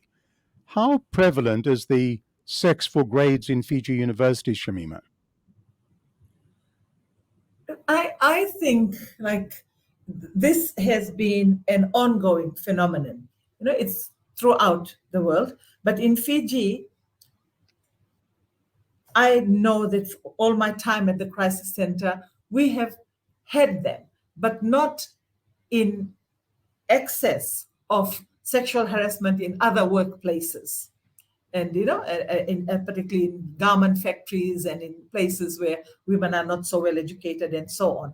But we have had cases, and I will not say, from what we know, from the data we have got, that it's rampant and it's all over the place and so on. We have received, what happens is that for us, when a woman reports something, she comes for counseling, we give her the options, unless she is willing to go out and report it and come out in the open about it, we cannot do it. That's a confidentiality clause we have. So we have sexual harassment. I mean, a survey recently done by the Fiji Women's Rights Movement says 1 in 8 women get sexually harassed in the workplace, and most of the survey they did was in the hotel industry, and so on. So that's quite high, and a lot of it goes unreported. So I would say that sex for marks has been an ongoing thing, but from our experience, not like the reports haven't come at such a high rate. But you have been on record to say that the Fiji Women's Crisis Center you have received reports from several tertiary institutions Yes, around the country. yes. So that in itself should be quite alarming. Yes. Oh, yeah, definitely. But it's over the years. But it should be alarming, even if it's from one, or even if it's a one report. It should be. I remember once at one tertiary institution, which has changed its name since then, there was a student's report of sexual harassment, and what they did was they started telling women how to behave, how to wear, how to dress. Don't come to school, to the institution with tight jeans on or short dresses on. And even the security guard used to tell the women, if they came to the gate, to go home and change their clothes. So that's how lightly sexual harassment is taken. I know of a case whereby, in a tertiary institution, whereby several women have come out to us, either by email or have come to see me in the office, and they have reported to the bosses, and they were told that you must have misunderstood or misread what he was trying to do, and it was about the same person. So one media outlet in Fiji was forcing me to say whether it was this guy or not this guy, and I said I can't till those women give me permission to come out. So yeah, so then the story went that we didn't do anything about it. Even the AGS said we didn't do anything about it, but we are bound by our clauses also. But Sashi, look, it's an ongoing thing throughout the university. Even during my time at the university, there were certain lecturers who were doing that, not to me, but other students had. You touched on sexual harassment at the workplace. Let me ask you this.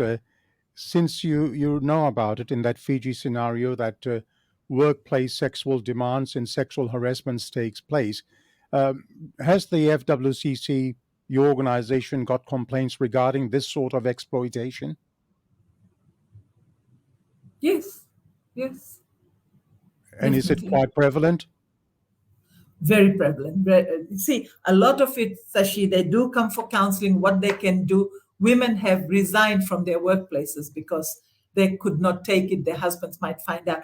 And the unfortunate thing is it's never reported, hardly ever reported. And I guess that is the unfortunate thing, where these women don't go and rely on a legal avenue to pursue the perpetrators, for fear that if their husband finds out, that's going to be start of a brand new problem at home. And that could give rise to domestic violence as well. Would that be a correct assumption? Yeah, yes, definitely. And, particularly in unequal relationships where the man is already bossy and, controlling and so on. So that can happen. She might be stopped from going to work, and she wants to be in the workforce. So, all those reasons. And if she does report, it's often treated very trivially. We have sexual harassment with our employment relations bill. Every employer must have a sexual harassment policy. Unfortunately, sometimes we are asked to go and talk about sexual harassment to certain organizations. And when we say, do you have a sexual harassment policy? Often they look around, do we? Or I'll say, so do you know about it? And then someone will say, yes, we have it. How many of you have seen it? A lot of them don't even know it is there. It's only done because they employ. Now, what is good in Fiji is that more and more organizations are coming forward and asking for help in developing a sexual harassment policy and training the staff on it from top to bottom. But it is an issue. Shamima, in one of the most horrendous examples of sexual violence and allegations of rape, came out during the coups of 87, 2000, and 2006. There were a lot of allegations flowing around. Does the Fiji Women's Crisis Center have any reports, figures, evidence of women being raped during the coups in Fiji? And the second part to this question is whether there is any evidence of a rise in abortion rates post-coups, where women were impregnated in these rape encounters and had to abort.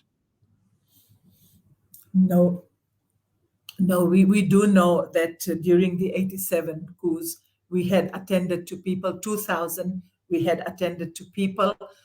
So those records we do have. I don't have it in front of me, but it is in our records.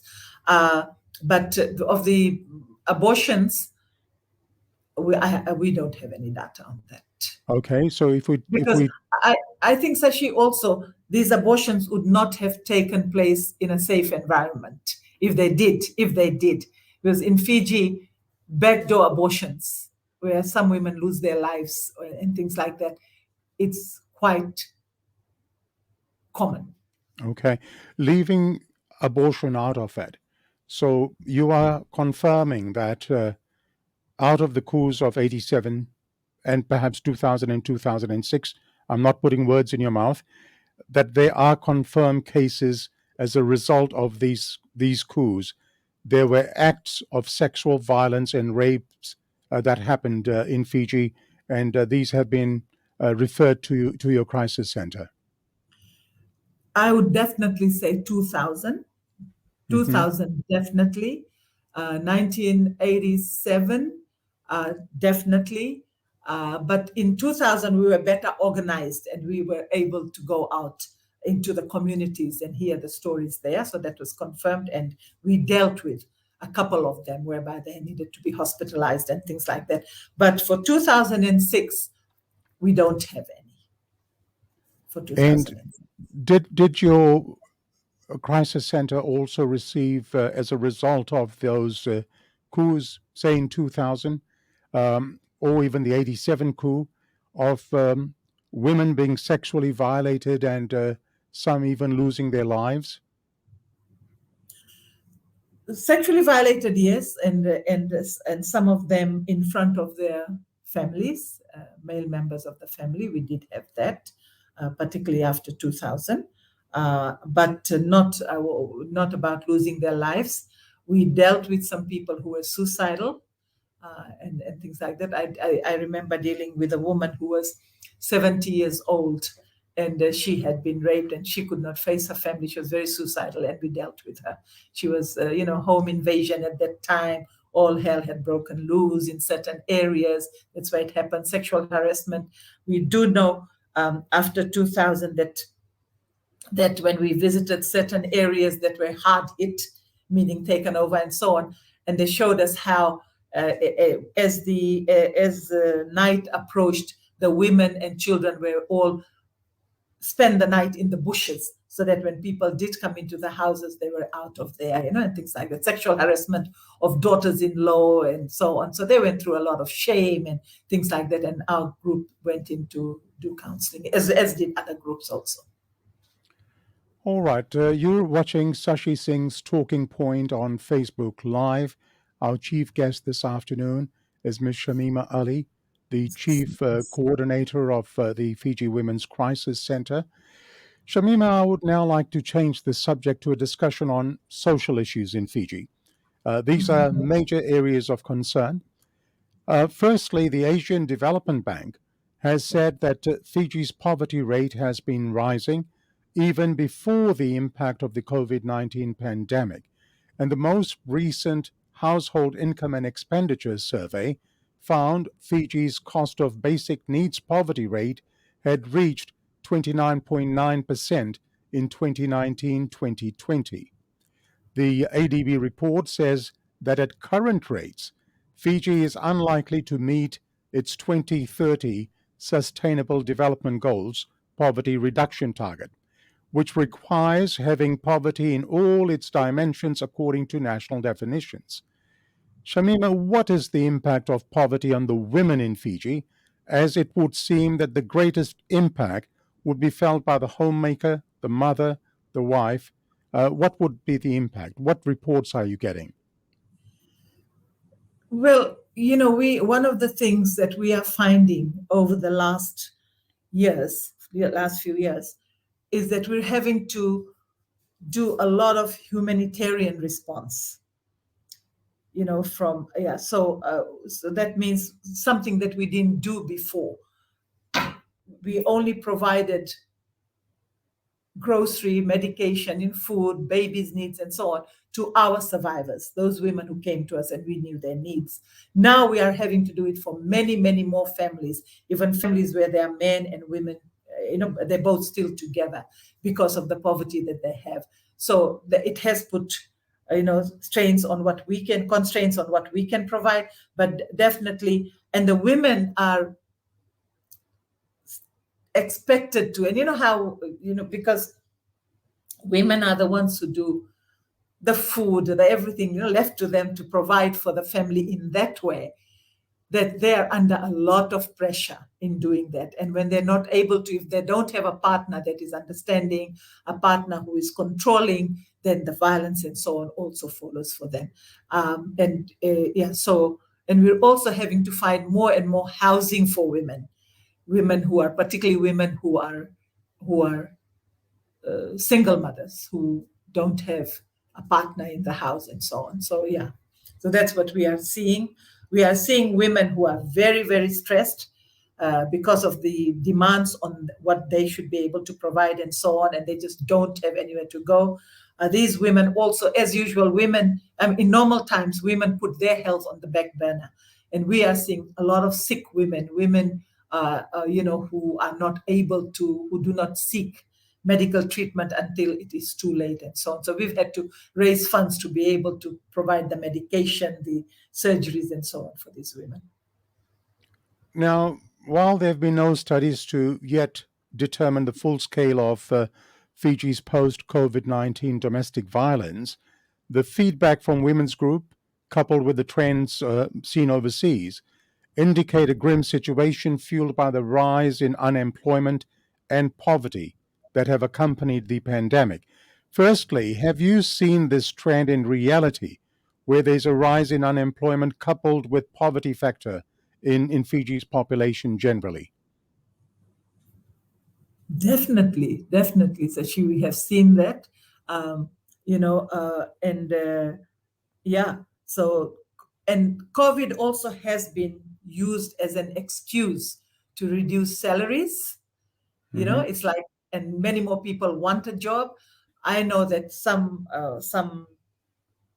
in the tourist industry, people have not been re-employed. New people have been re-employed because they might have to install or bring back all their terms and conditions of employment, which were very good. With new staff, you don't have to do that and things like that. So there's also a lot of exploitation of COVID, of not taking people back, or reducing salaries, cutting down the hours, getting rid of staff that they felt were too old, and things like that. So so we're seeing that also. What about, coupled with unemployment, coupled with the rise in poverty rates, etc., what about things like rise in prostitution? What about exploitation in that regard? Have you seen a rise in those sort of numbers? Is there any evidence that the crisis center has got? No, we just know that when the pandemic first came, there were women who were coming to us and saying they're being forced into prostitution, and even for 50 cents and things like this, no one had money and they risked their lives because of COVID and things like that. They were forced into that. Not huge numbers, but that was a trend that was emerging. But we haven't done the data. All right. Now, you mentioned housing. You mentioned about single women looking for housing, etc. What are your views on affordable housing in Fiji? What problems can you highlight given the rate of unemployment, the poverty rate, and other factors, other social factors? What are your views? From what I'm seeing, I also, I partner, the Crisis Center partners with Friend Fiji, with Sashi Kiran. So, we're also visiting places, and I've seen some very, very dire situations, and where people have, there's a particular project that we visited recently, and where people basically don't have anywhere to stay, and they can't pay the rent. The rents have gone sky high. And, especially even for a small bedroom, shared toilet and bathroom, people can be paying as much as $500, $600 a month, and that's the demand on them.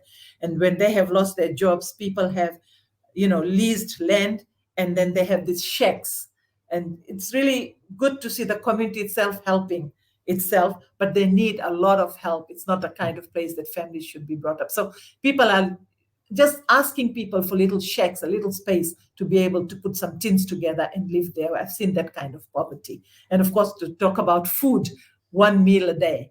And the parents where we have seen and we know that they will let their children eat first, and they might go without food and so on. But then on the other hand, you have the demanding men who will demand that the woman put the food on the table. But yeah, housing has always been, even pre-COVID, we have had, the rent hikes and everything else. We have had housing is a problem. For low-cost housing, apart from hard housing, and then the public rental board ones, we use that a lot for some of our women. We give them a leg up by, providing for their rents and things like that.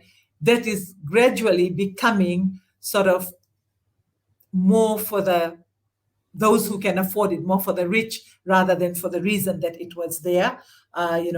So they're renovating and they're putting up the rents of the public rental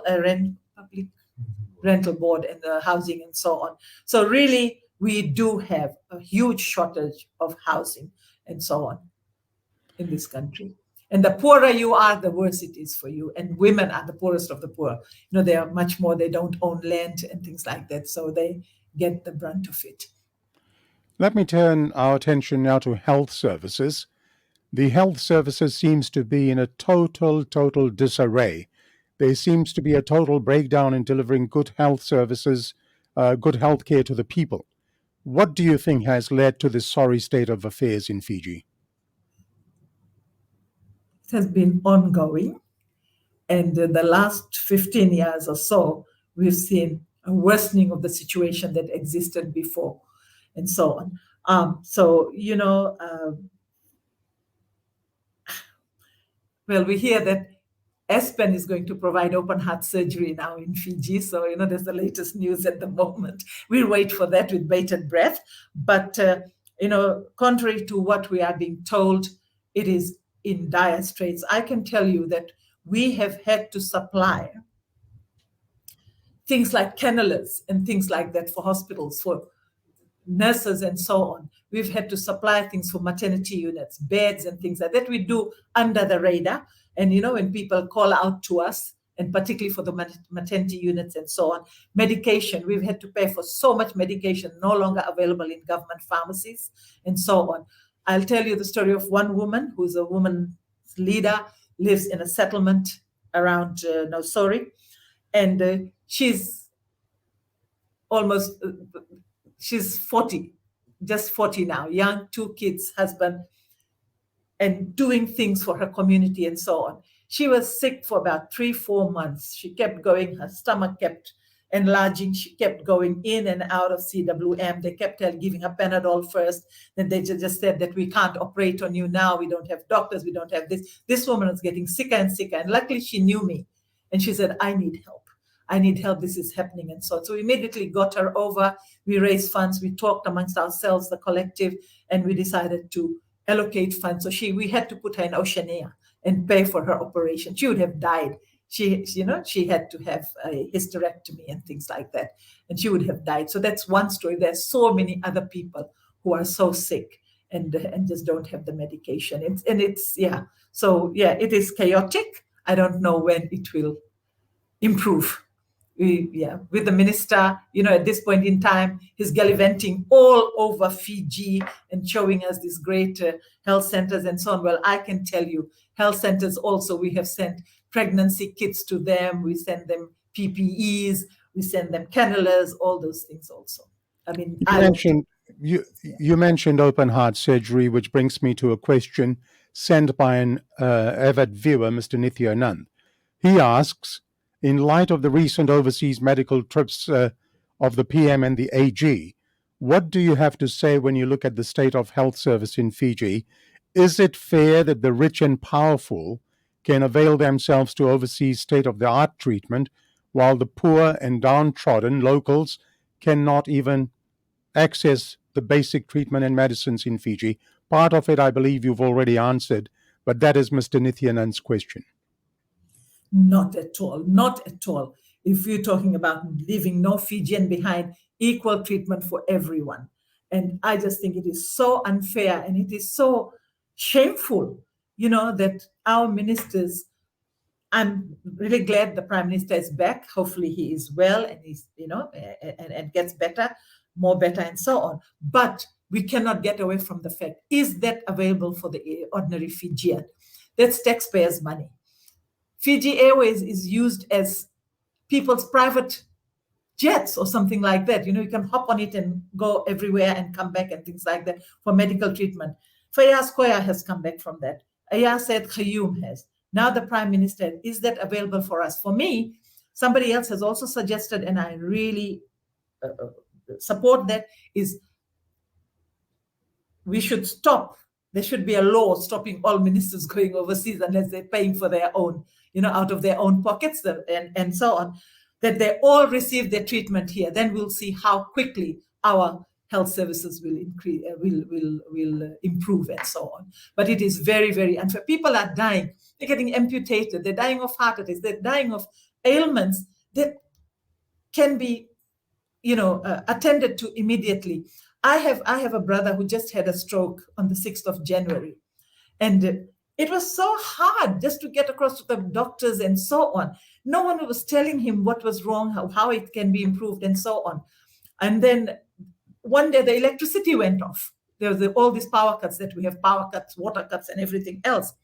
And the generator wasn't working. The generator hadn't been working for a few weeks. And I got to find out about that. So we had to call around. And of course, Sashi Kiran from Friend came on board. She knew people. So they sent in people to do the fix up the generator. Imagine that's just one hospital. What about elsewhere? So, it's dire straits, our health system. I don't want to get sick. I look after myself very, very well. But then I'm one of the privileged. I've got insurance. I can go to Oceania, and I can get a private doctor and so on. But the majority of the people in this country don't have that.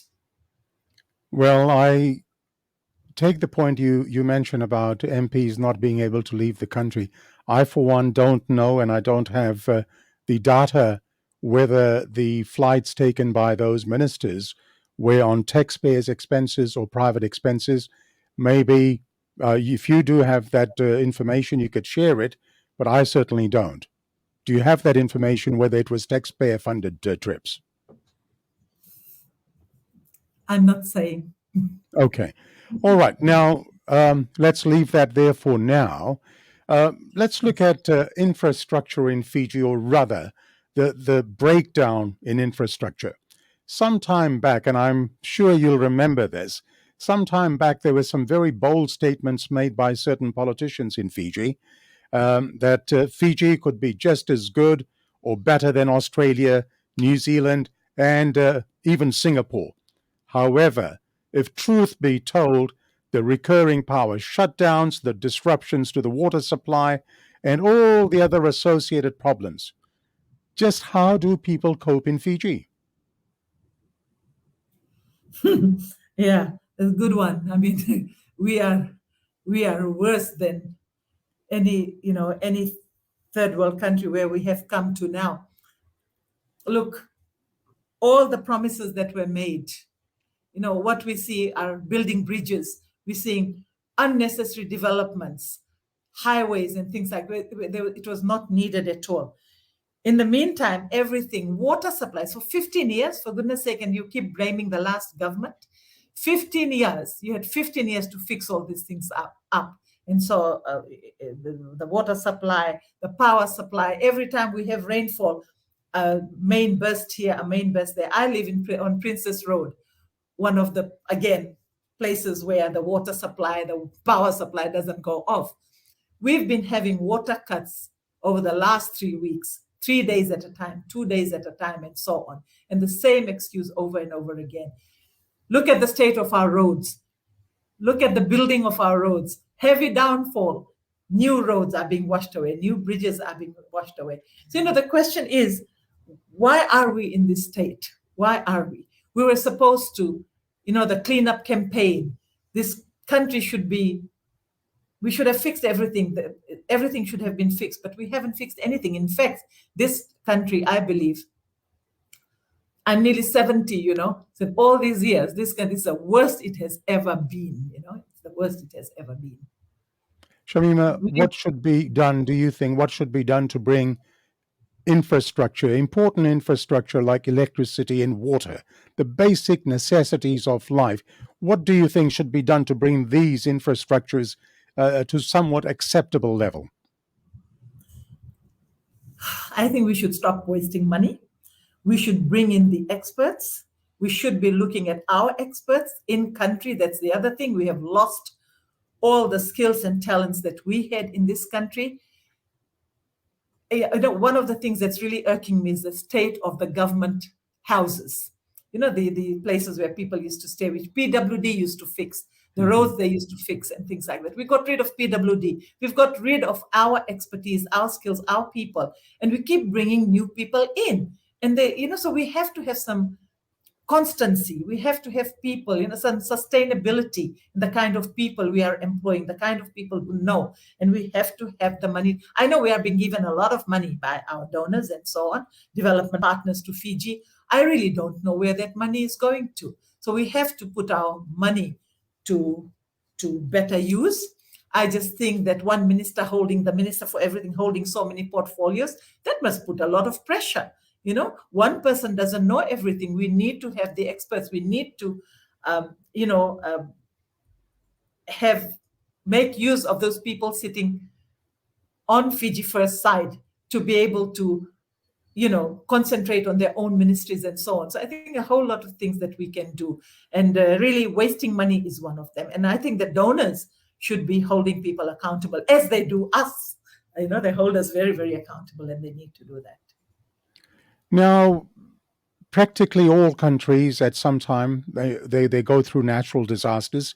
Here in Australia, we've had whole towns being flooded last week. We also have evacuation centers for emergency purposes. However, when such emergencies strike Fiji, why is it that people have a greater reliance on the NGOs than on its own government? I mean, look at Friend, you mentioned Shashi Kiran. Why do people rely more on NGOs in Fiji rather than on their own government? Because the NGOs are there first. They are there, and they do their homework. Like at the moment, every time we have a disaster, it's a new day, it's a new thing. We're not prepared. We by now should be prepared. 3 cyclones predicted this cyclone season. Be prepared. There's no preparation. And because also we have, what do you call that? Centralized everything. Whereas before you had the district commissioners, they all did their thing, the advisory council. That's where the ministers just sat in their offices. They didn't gallivant all over the place after the disaster, but they passed their messages. They knew what to do. They knew what the NGOs were and so on.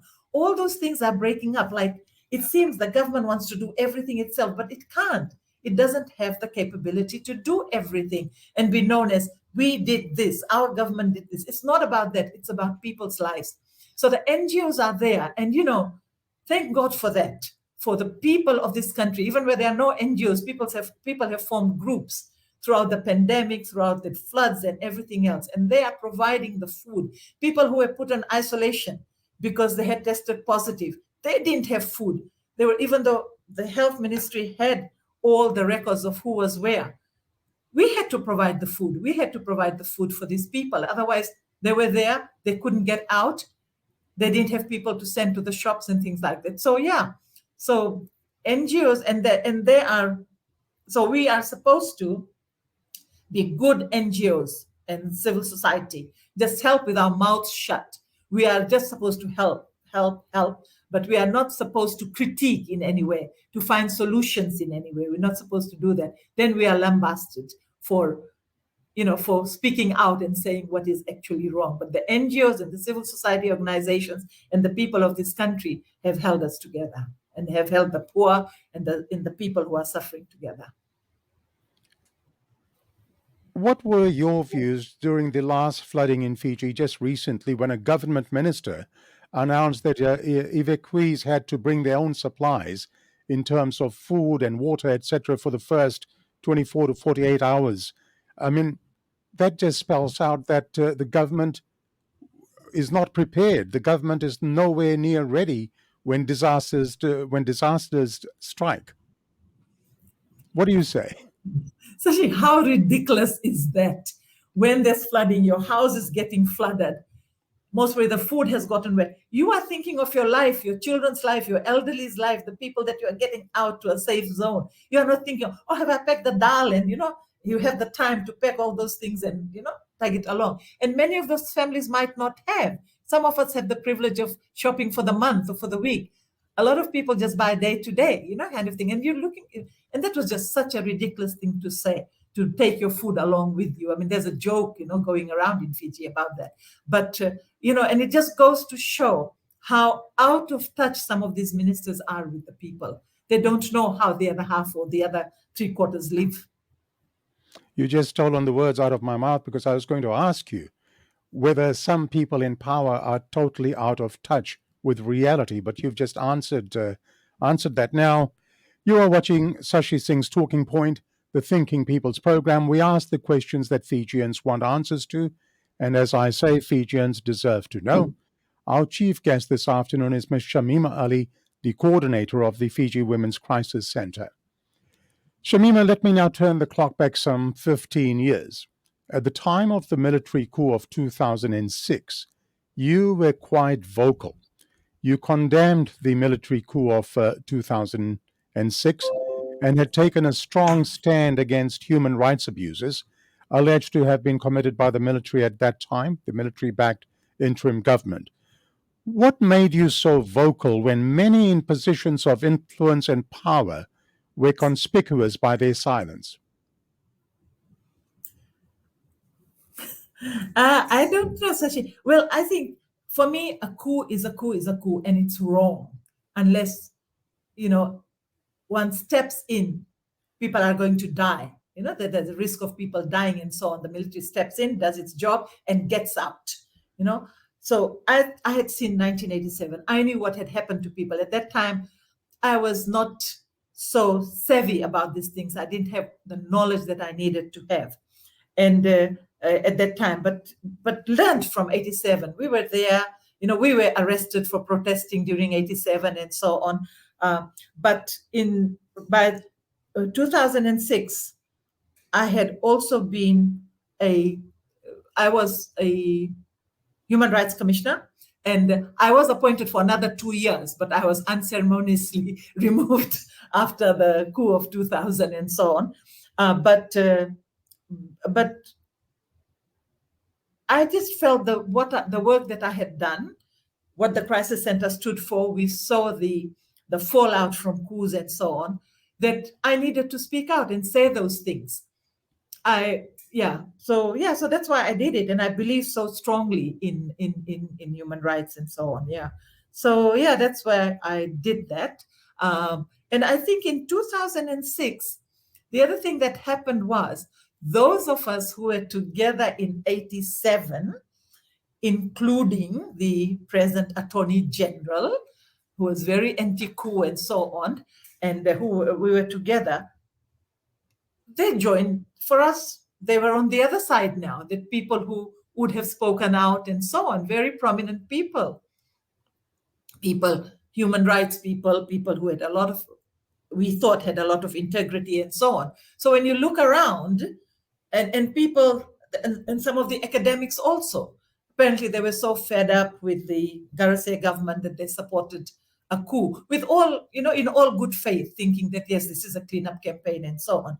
So when you looked around, there was no one. And, you were just standing there alone. So if you have that power, that standing, and I thought I had some credibility in society, having worked for so long. So, that's what you do. And I had the full backing of my organization and my staff. Now, during the coup of 2006, you also criticized the then director of the Fiji Human Rights Commission, as well as the report prepared by the Fiji Human Rights Commission. What was it that made you critical of the then director and also the report?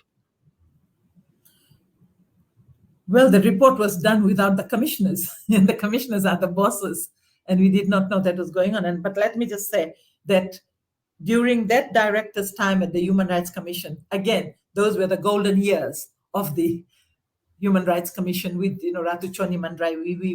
He and I were appointed at the same time, and then he left because he became the vice president and so on. So it was, but this was just so out of character. And this is not what a Human Rights Commission does. That is not our job, to justify a coup and give reasons for a coup. And we were supposed to help out people who were in need, people who were being arrested, young people who were being arrested.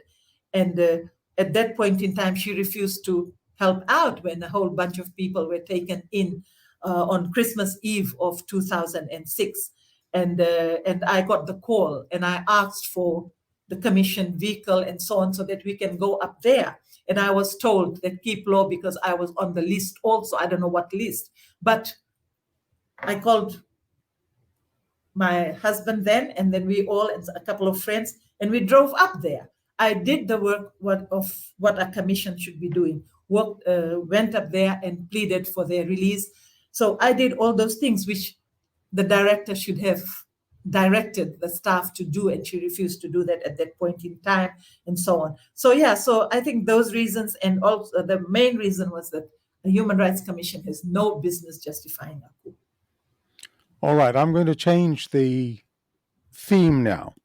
You have had several stoushes in recent times with the current government. Let us discuss some of these.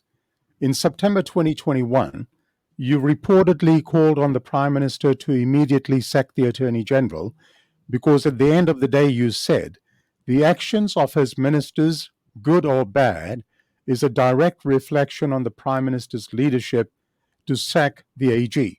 Why did you make this call and ask for the sacking of the AG?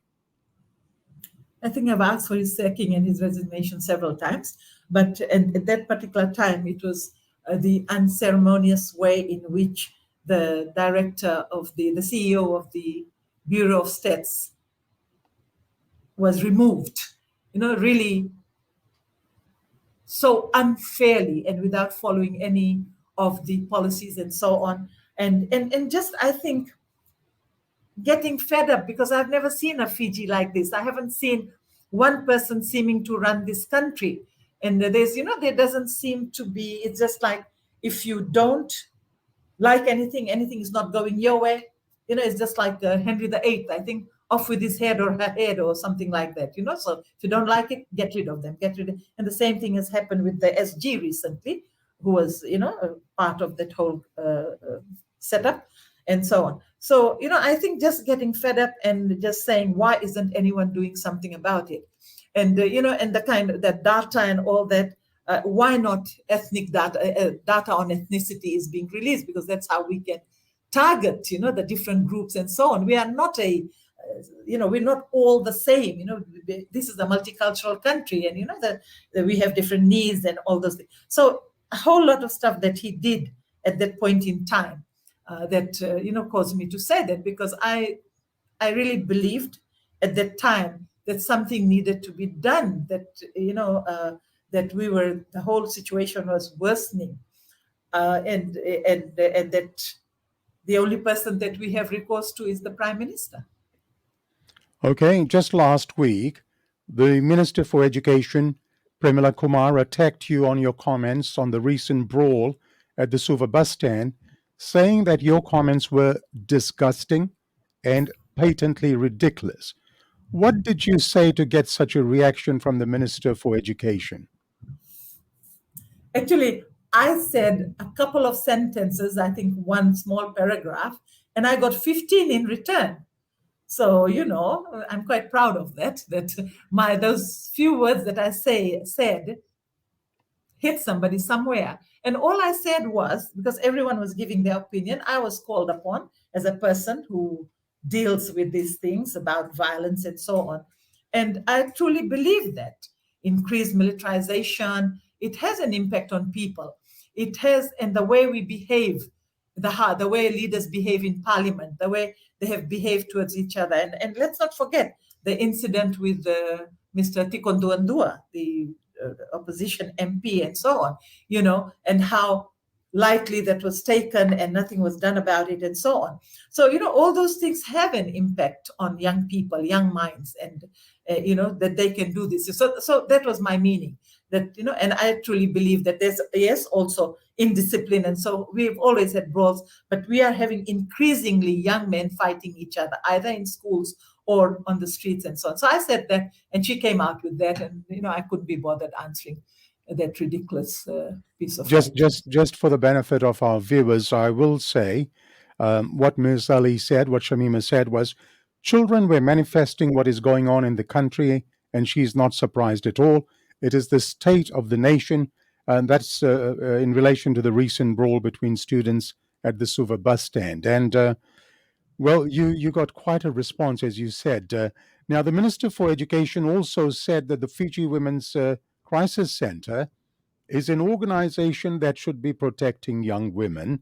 There were high expectations of a large outcry against the exploitation of young girls and demands for the young girls to be protected from exploitation. But, she said, instead, the FWCC seems to be only interested in politics. What do you say to the minister's statement? Oh, yes, definitely. I'm very political. The whole feminist movement is political. Politics is not just about party politics. It's about bringing about changes and things like that. But, just going back, obviously she did not read what I had said a couple of days before. There was a press statement about how there's no one single organization dedicated to child rape and things like sexual assault on children and young people and so on. I had said that, and we are working. So that for me, that's for her to say that is like shows how much knowledge she has around this. Yeah.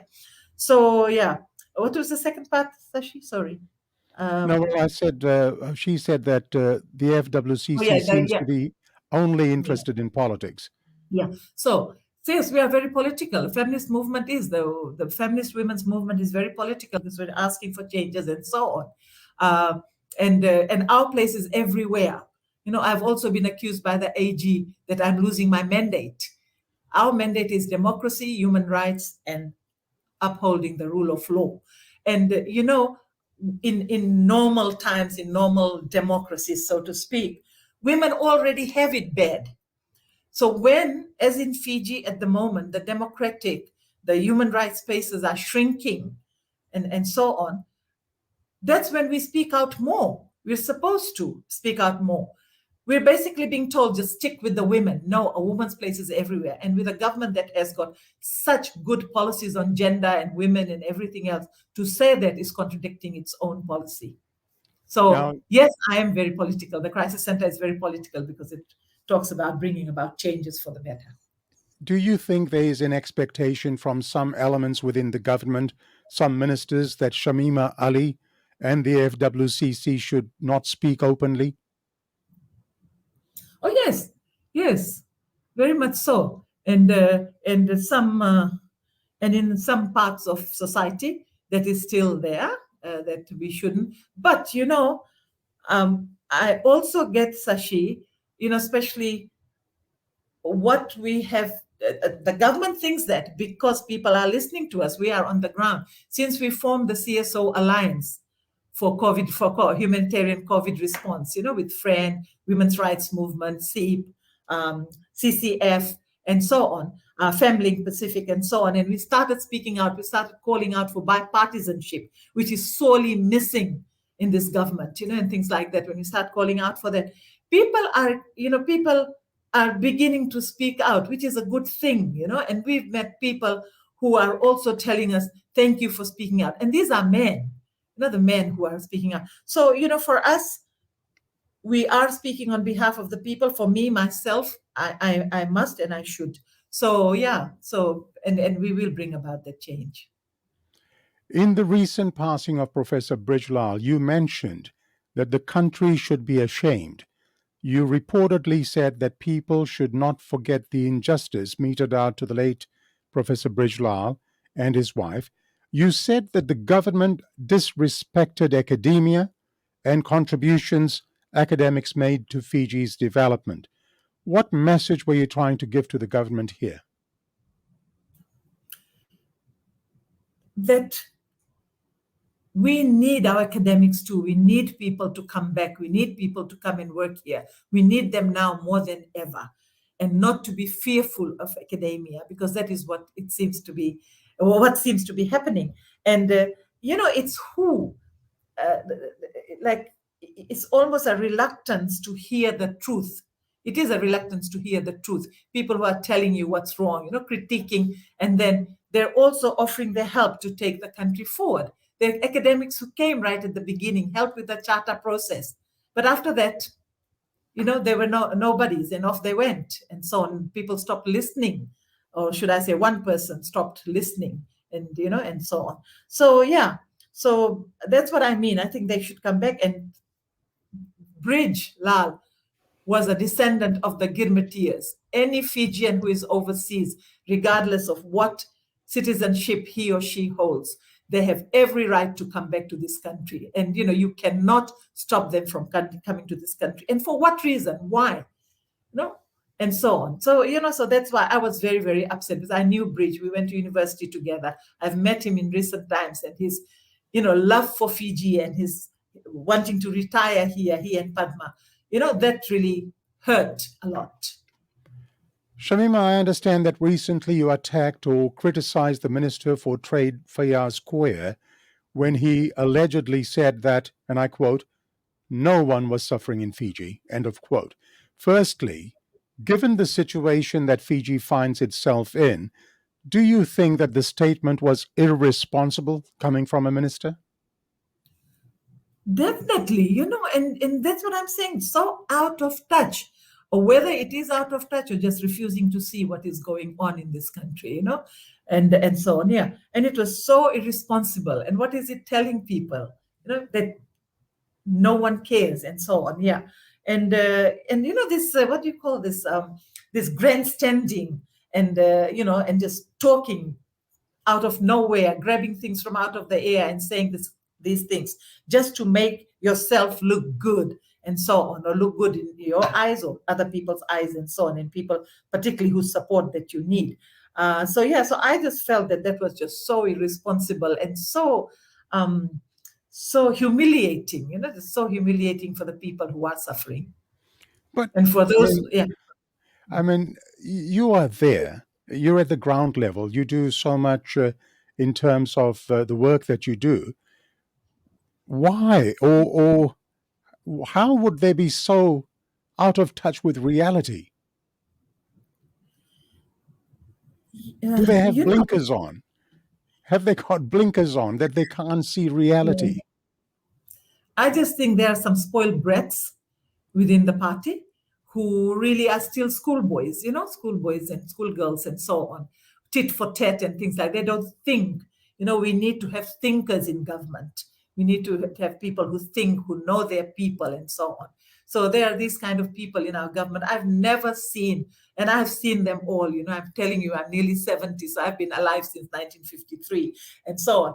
And I've been through, we've had good governments, bad governments, everybody else, but and people always spoke. People who were in parliament, they always spoke with decorum, and and they would yell at each other, but but now, and they, when they spoke, they hardly spoke. When they did speak, of course, we didn't have the kind of media that we have now, but when they did speak, it was well thought out. It was like thought out, thinking people. We don't have that now. It's just like brawls, almost like brawls, and people just standing around and yelling at each other and so on, without thinking, whatever comes in the mouth and so on. So I think that's what Mr. Koya was exhibiting, and Well, it seems, unfortunately, that some people lack empathy at the best of times. Now, I have an interesting question for you. Why do the government ministers single you out? You seem to be a constant target. You must be doing something to receive so much of attention. I'm doing something right. when it hurts, then we hit out at people and so on. Well, I think maybe because I've taken it upon myself to speak out and so on. And, as they say, that saying, which is maybe quite trite, but it's, the truth hurts. So, you shut people up. And I think I am the few people, because I've got nothing to lose. I don't own a big business. There's not going to be repercussions. No one can talk to my bosses and tell them to sack me and things like that. Where attempts have been made, but to certain people, that they need to get me out of here. But I'm not in fear of that, I think. And so I will speak for as long as I can till other voices also start joining in, and I think even if I say so, I say it, with modesty, that I think I have some credibility for having worked in this space for 3 decades. I have some credibility, and exactly. The bottom line is truth hurts. Shamima, I know I said to you the interviews normally last just over a couple of hours. I still have a few questions to go. Are you comfortable to stay back and let me finish this? Sure. Thank you. Thank you very much. You mentioned media. Let me touch on the subject of media and media freedom, particularly media freedom to express openly and freely without any fear. Now, does this exist in Fiji, media that exists with fear attached to it? I ask this because just recently, the Attorney General said that any media can write what it wants to, as long as it declares its support for a political party. What are your comments? First, about there being an existence of fear within the media in Fiji. There definitely is, Sashi, and there is, and it's also because I have worked in the media, I have friends in the media, I talk to people in the media, and the level of self-censorship, a mere newsletter that we produce that gets inserted into one of the dailies, we have to submit it a lot earlier so the lawyers can go through everything in there. And I know that when I have made press statements, some parts get cut off. And sometimes when there are new reporters, they don't know how to edit very well and things like that. So it comes out all very not making any sense. So the main parts would be cut off, which is not, suited. So this level of self-censorship is great. And I know that from them. Now, that other comment by the AG, you declare your support for a political party. How ridiculous is that? You've been in the media and so on. I think one of the dailies needs to declare that, but which is very obvious. They don't even have to declare it. But that is quite, I would say that freedom of the media is seriously compromised in our country. The freedom of the media because of the level of censorship and so on. And why don't we leave the media to write the truth? It's not about, and the truth doesn't mean that the media is biased or neutral. It's not even being about being neutral. It's about telling the truth. And so I think compromised, and I just think that there's too much self-censorship within media organizations. You recently said that the Attorney General should stop attacking media organizations such as Communications Fiji Limited and the Fiji Times and start answering the questions put to him in a truthful manner. In response, though, the AG said he had noticed you were commenting a lot on issues and suggested you wanted to run for the general elections. Is that the sort of response you expect from the Attorney General? Not at all. Not at all. I did not, I should not expect it, but when it does happen, I tell myself that, that's what I would expect from them. Because instead of concentrating on the issue, they go to the personal attacks and so on. Yeah. Well, in that same scenario, if I may ask you, you reportedly said, if the heat is getting too much, then give up some of the numerous portfolios and concentrate on getting our country back on track. Why would you have said that? Isn't the AG doing a grand job? I think I already answered that. Look, as far as I can see, my country is in chaos. nothing seems to be going right. Very little is going right. And the hardships that people are going through, lining up for things, lining up for birth certificate, lining up for a recharge, for bus, cards and so on. He's pushing us, I don't know, into being a country like maybe Singapore or Australia or New Zealand without realizing the realities for the people in our country, the reality of Fiji being made up of 350 islands and people living on most of that, the distances and so on, the availability of facilities and so on. It doesn't seem to matter. People have to go through almost like as much hardship as possible. And everything is done like on the run, responding, reacting. I don't believe there is any planning. There are a lot of consultations and so on. I choose the consultations I go to where I know, where I trust that the mind has already been made up. I don't go to those consultations, but we do submit written consultation submissions and things like that. So, so I think that's the reason I'm saying that if he just concentrated on one of them where he has some expertise, he's a lawyer, and he just stuck to the judiciary, I think, and other people, economists, qualified economists ran the Ministry of Economy and, etc. Communications people ran the communication and so on. And I think, that's what I've said before. We'll have a better response, we'll have a better country, the development will be better and so on. But I think there's also the thing that comes to my mind, a word I learned many years ago was, when you're all powerful, I forget now, it escapes me, megalomania, when, and you stop listening to anyone, you just can't, your mind can't, I think that is what some people are going through. And so on. So you don't listen to anyone. You are always right. You can't run a country like that.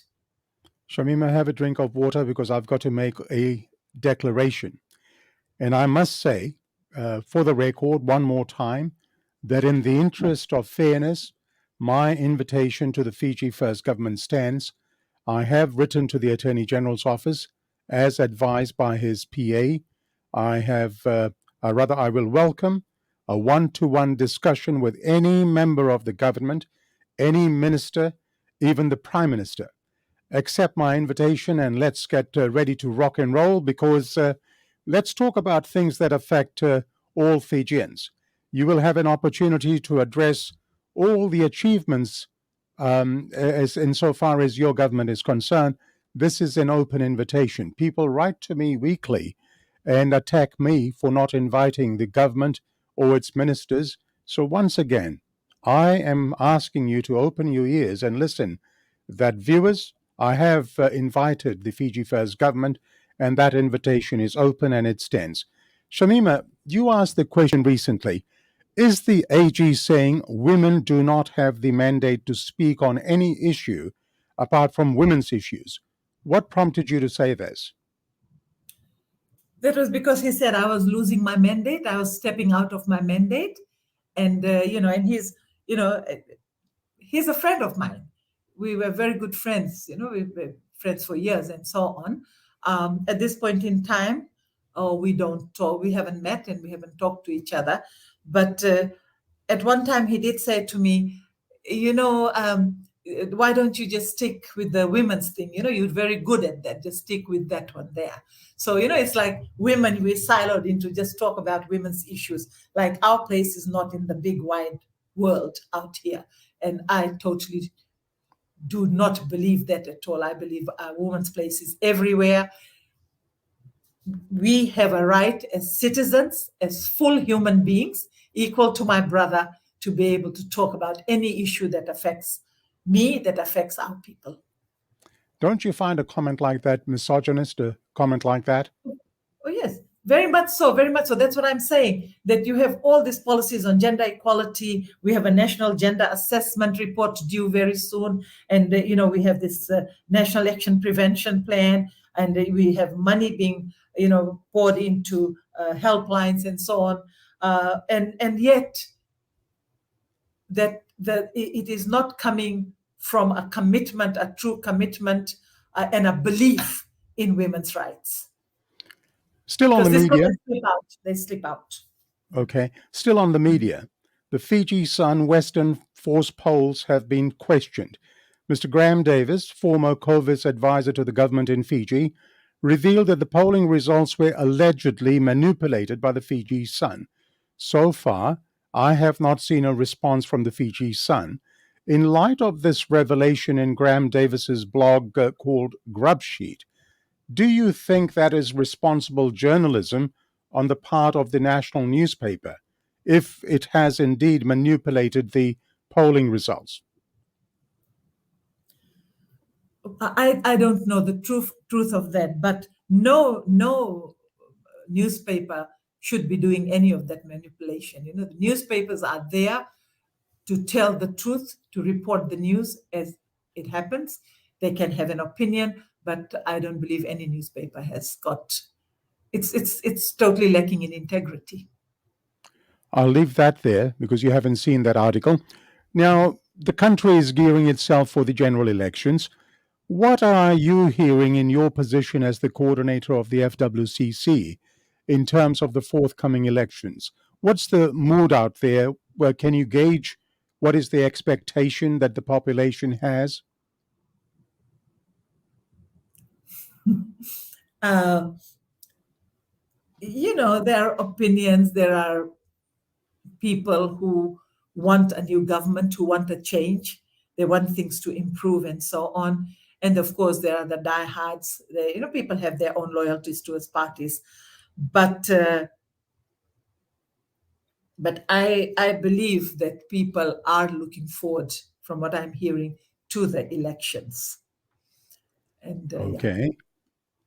All right. Now, still on the elections, what does Shamima Ali say if I ask, do you think the elections will be free and fair?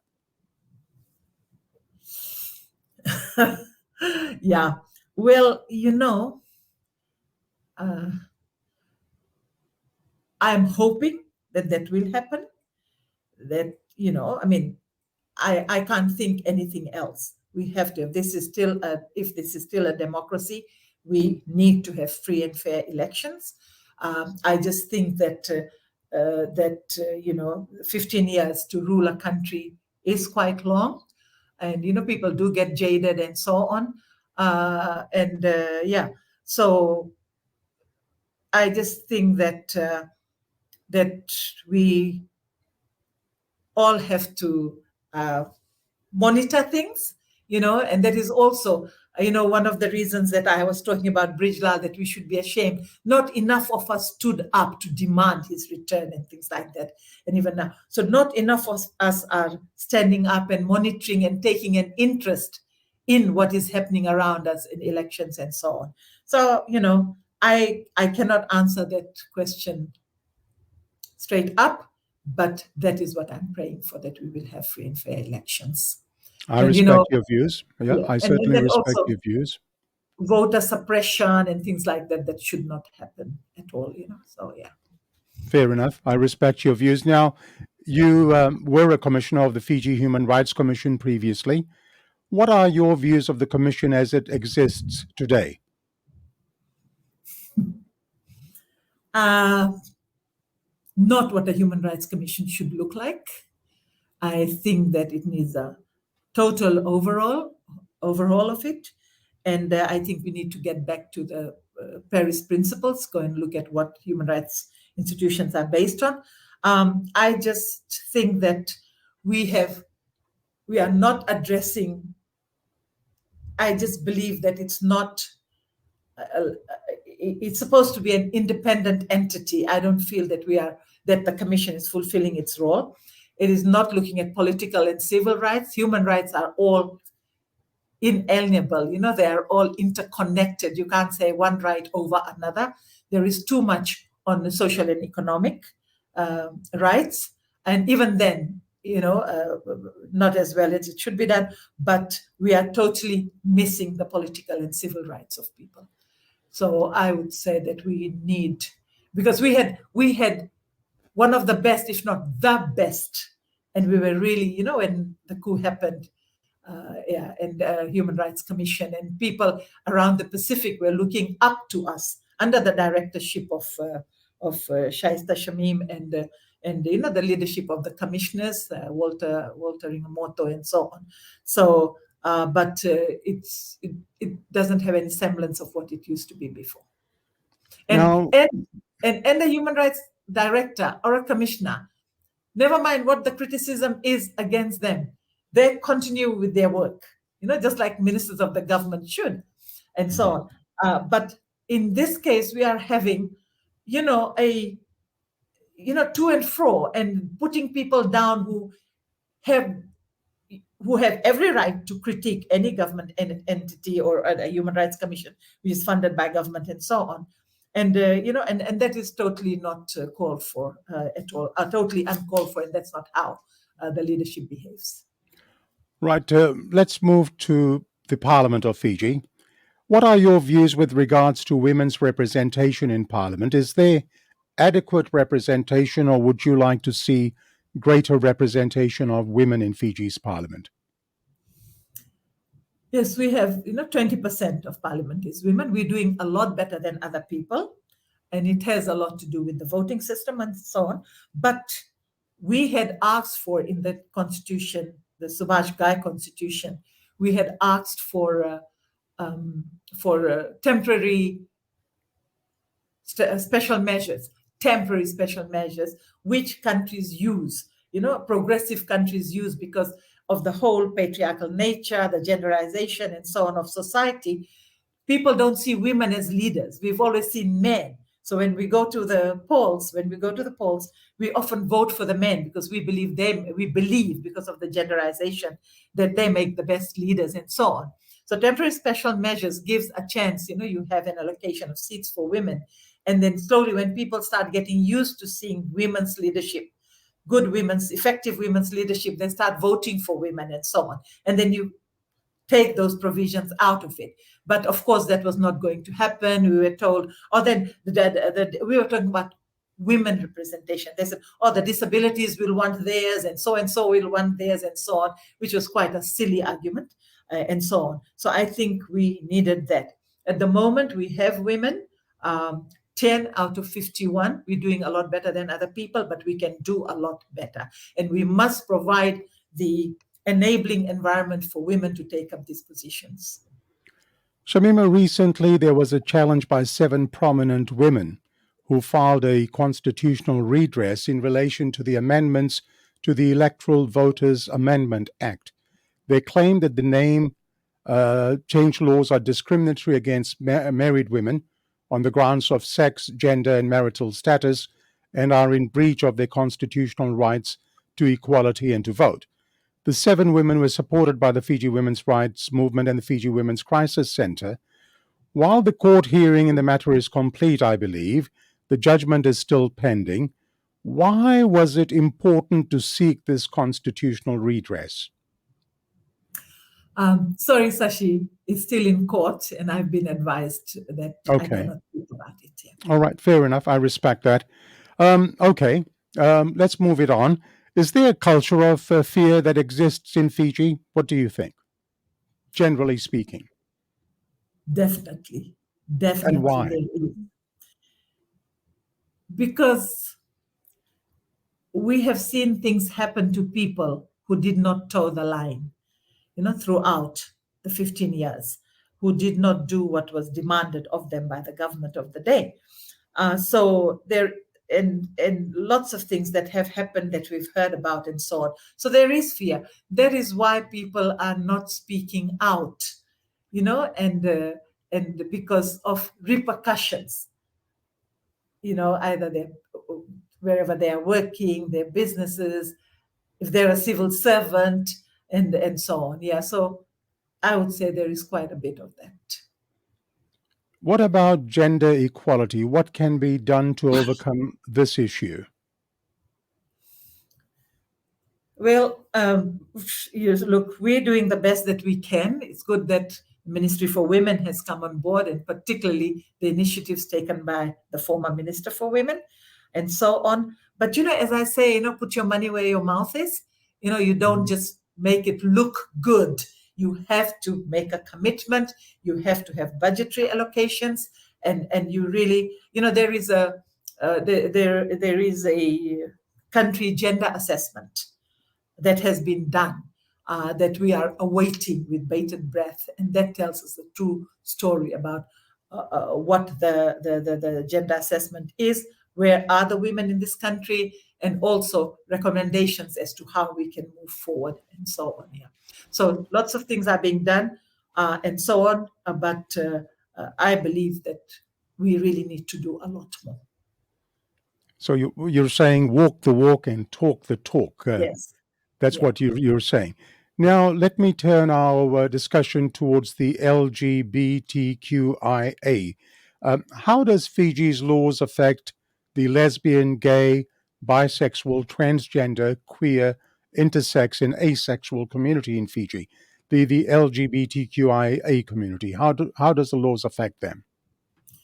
Well, the Constitution demands no discrimination against people of different sexual orientation. So that speaks volumes, and so there should be no discrimination and so on. But as you know, we are a very homophobic nation. I think there's nowhere in the world there's no homophobia does not exist. And Fiji, because of the so-called cultural norms, the religions, and so on, there is not so much acceptability. And of course, discrimination, inequalities, violence, and so on exist. It's a very real thing in their lives. But what is good is that we are quite progressive, following the global trend that the group has got its own organizations. They're getting funding and so on. They're doing their own work with their groups. We have always worked with them in partnership. That definitely is happening. And there are some churches that are accepting and wanting to hear them out, and so on. So, and we have also had domestic violence issues. There's a lot of domestic violence issues within that group also. And so we have had cases that have gone to court, and people, of the same sex living together, and so on, they have managed to get DVROs and so on. So, little by little, but the homophobia is still very much there, entrenched. So while the homophobia is there, you've got a homophobic society. What is then the level of tolerance for the LGBTQIA community in Fiji? I would say acceptability is increasing very slowly, but still a long way to go. Very slowly. Okay, well, in 2016, on a news program, you said that Fiji should consider allowing same-sex marriage. However, at that time, the country's Prime Minister, Mr. Bainimarama, was quoted as saying that will not happen in his or your lifetime, saying Fiji does not need that rubbish.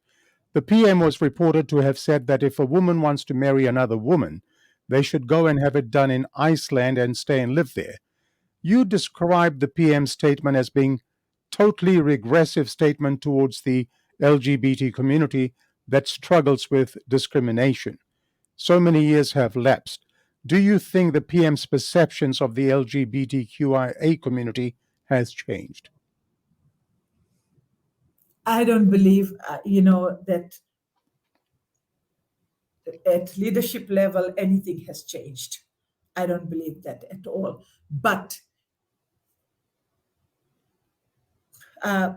going along with global trends, we make the right noises. The right noises are being made. But that is what he said, is when I talk about entrenched homophobia, that comes out, because it is so deeply held, that kind of a belief. Shamima, values in life are important, What values in life should be important to the women in Fiji? What should they hold on to? You've described this afternoon the tendency of domestic violence. So at this stage, I'd like to get you to address, what are values in life that women should embrace? When I look at myself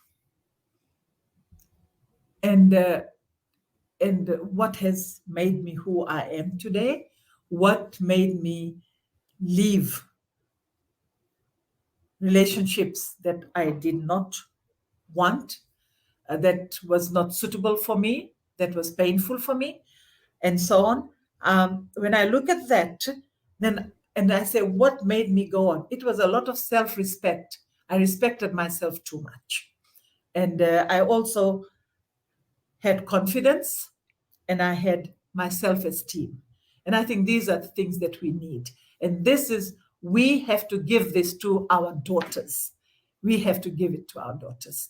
That self-respect, that integrity, self-esteem. We kill their self-esteem. And that is why many women can't get out of bad situations. And and with that goes their self-confidence and so on. So I think these are the things that we should embrace and we should encourage in our women and girls.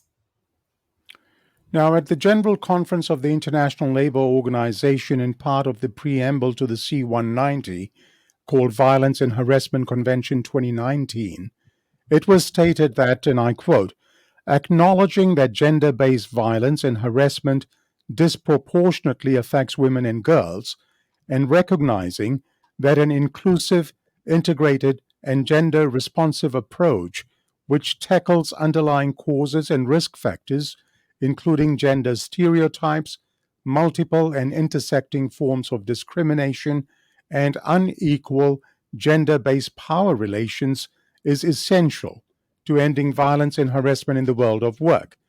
Given what I have just read, do you think the mindset in Fiji is likely to change when it comes to violence and harassment in the workplace? Look, it is changing. What you have just read out, that is also the preamble in the National Action Plan for Prevention of all forms of violence against women and girls. I'm very excited because this is one document that we've all gotten together. Government entities, the police, the civil society, the UN agencies like UN Women and so on. And it's just such a what do you call it? That kind of response that you're talking about there, all of us. So that is there. And, so that is already there. And now we need to educate around that. That is the work of the Crisis Center. That is what we have been doing. We do a lot of community work, working with men, traditional leaders, and so on. And little by little, we will change it. But there has to be the political will. There has to be the commitment. There has to be passion to recognize, first of all, just how harmful gender inequalities, discrimination, violence against women and girls, how harmful it is. And we also have to acknowledge that it should not happen and stop finding excuses for it. Only then can we get together. Well said. Now, Shamima, as we come to the end stretch, just a few more questions to go so you can relax. Let me ask you, what does life have in store for Shamima Ali? Yeah, like at this moment in time, when I saw that question, I said, I'd really like to be on the beach in Neirai, in Natoloa, in a hammock with a glass of wine beside me and writing my story of the Crisis Center. That's what I really would like to be doing very, very soon. But unfortunately, you don't always get what you want, but eventually I want to reach there. But, I'm going to continue. I should be planning as an organization of how I leave the Crisis Center and if I'm going to leave altogether. So all those things are going on at the moment, but I am totally dedicated to this country and to look that I get, before I die, that I get glimpses of the old Fiji back, the kind of camaraderie, the kind of friendships, the kind of way we work together and so on. I really want to see that, and I'm going to work towards that. Shamima, you are a very brave woman. You are a cancer survivor, having survived 2 forms of cancer. A remarkable achievement having survived that. How do you motivate yourself to be where you are today in light of the, medical cancers that you've had? How do you motivate yourself? Where do you find the spirit, the zeal? It's, as I say, it's the love of the country. It's just, I love this country so much, and the kind of people I have gathered around me who are with me. One is the crisis center. This is a family that I belong to. And then I have very, very good friends. I never keep bad friends. I have very good friends. So all these people being able to talk about these things, being able to keep going, I think these things do motivate me, and this strong sense of justice that I have, that I must not do injustice to anyone. And I try very hard not to, and inadvertently I might, but I try not to do that. And I can't see that kind of unfairness and lies. I cannot tolerate that. So I think those things that I have to write the lies, I have to, and all those things. I think, yeah, that and yeah. And I belong to the two cultures. My mother's father's side are Pathans, and and the other side I'm from Lomeiviti, the best place in Fiji. So all those genes also are a good mixture. Now, as I said, you're a cancer survivor. What message do you have for people suffering from cancer? I would say to them, never give up. I remember when I first I was told that I had cancer, I couldn't believe it. And my first question was, why me? And I said, and then later on I said, why not me? There are hundreds and thousands of people suffering. And I got on with the business of getting better.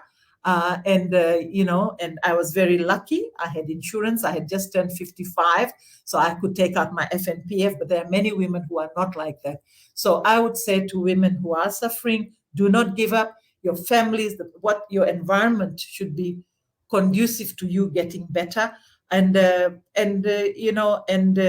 I would say seek help. There is help now. There are lots of people, Cancer Society, and there are lots of other offshoots of it that are around. Just get help and don't give up. That will to live must be there with us, within us. Nicely said. Now, my next question, I really want you to concentrate and think about this question carefully.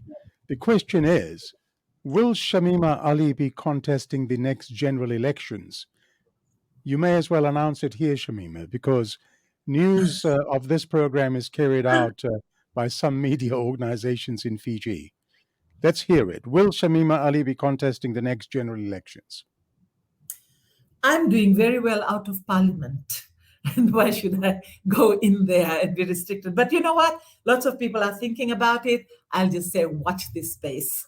But definitely, at this point in time, I have no interest in that. What I would like to do is in the next, this is what you are asking me, what's in store for me now after this, is, develop a caliber of people with my other colleagues that can stand for elections and really stand proud in parliament and act like parliament. And, for me, I would look at human rights, rule of law, and democracy, democratic principles, that must form the core of it. All right. I mean, at this stage, you are not making a commitment, but hypothetically, if I may ask a hypothetical question, assuming you were going to contest the elections, which party will you be affiliating yourself with? I would look at a party, as I said, the core business was, the core of it was human rights, democracy, and rule of law, and of course, women's human rights. Women must be there. A feminist party, almost a party that verged on that, and I don't see that at the moment here. Okay. I hope you do realize that if there is a change of government in the next elections, and say if you do contest the elections, and if you do win, whichever party you support, I hope you do realize that you have a very, very good chance of being given, hopefully, a ministerial portfolio where you could do so much for the women of Fiji. Now, don't you think it's time for you to make that move in taking the challenge for national leadership and become a member of the House of Representatives? What do you say about my thoughts? No, I've worked very hard, Sashi. I don't want to work hard. I know I can go and sit in parliament, and if I will be elected, definitely. I know if I stand, I will get in. But I don't want to go and sit around. I will still be working, and I really don't want to do that. I think I can support, encourage, mentor women leaders, and rather than being in there. Well, I'll take your words. As you said, watch this space. I'll watch intently. Now, on Tuesday, International Women's Day will be celebrated.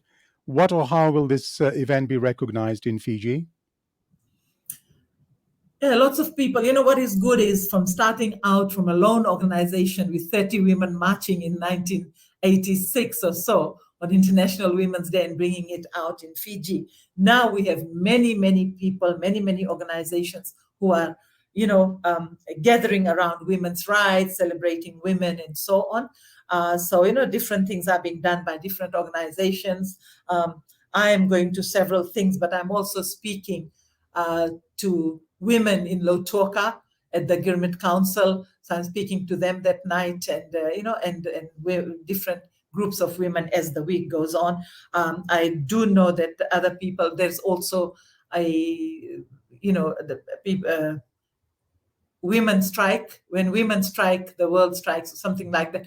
That whole thing about women's work that Fiji Human Rights Movement is doing at a private occasion, place, because they were trying to look for, we do it in the city area, in the parks and so on, but they've been having difficulty in getting a permit to use one of these things and so on. So lots of other people are doing other things, but what is good to know that there are also business houses that are doing something to mark that and so on. So yeah, the whole thing is about gender equality. When you have gender equality, it goes for better sustainability, better development, and so on, because you're using the skills of women. They're just as important as everyone else, and so on. So around that, for us, it has always been an anti-rape campaign. We used to have Reclaim the Night March, reclaiming our spaces. That's our tradition, but we haven't had it since the outbreak of COVID. Because you can't control crowds, and it can be a super spreader and so on. So we are marking it by a vigil, a social media vigil, and so on. Yeah, but good time for us. And I also want to say that International Women's Day is not a UN day. It came out of women workers demanding some rest and so on, when they were talking about terrible conditions. They're working in factories and so on. And this was in the 1800s and so on. And the UN recognized it in 1975 as an International Women's Day. So it came out of the feminist movement. And this is a day when we celebrate our achievements, because we have made strides and so on. But also, we do not lose sight of the struggle ahead. There is still a long way to go, and it's also about planning how to reach the end. Couple more questions. What is your message to the people of Fiji? Right now, live without fear. Wherever you can, do good. But, most important thing for us at the moment is register to vote. Stop complaining about what is happening. I mean, you do complain, raise your voice about that, but do something about it. What do you want? I would say to them, what do you want? And you vote. Vote with your conscience. Vote with how your life has been. How can it be improved? But please exercise that vote. Might be difficult to register, but do go and register.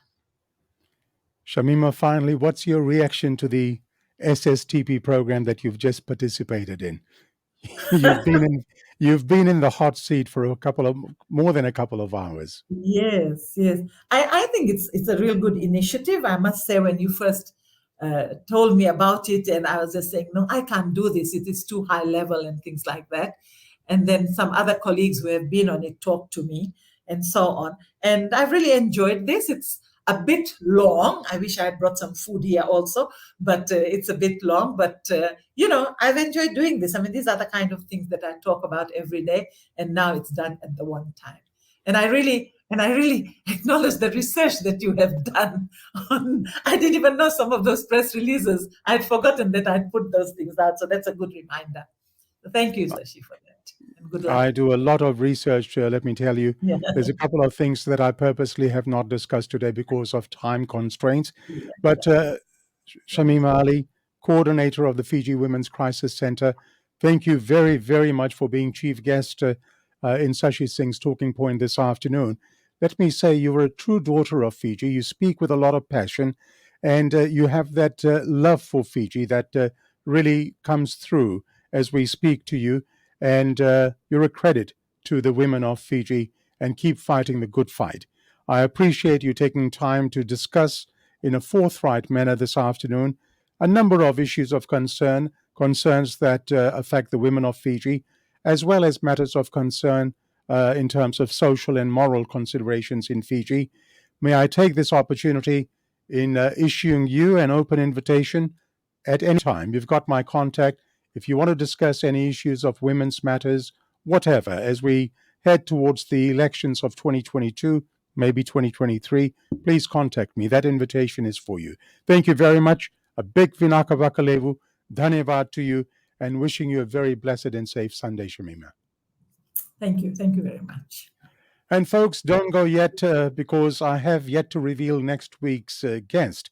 And I thank all those viewers who've taken time to provide their positive feedback with regards to this program.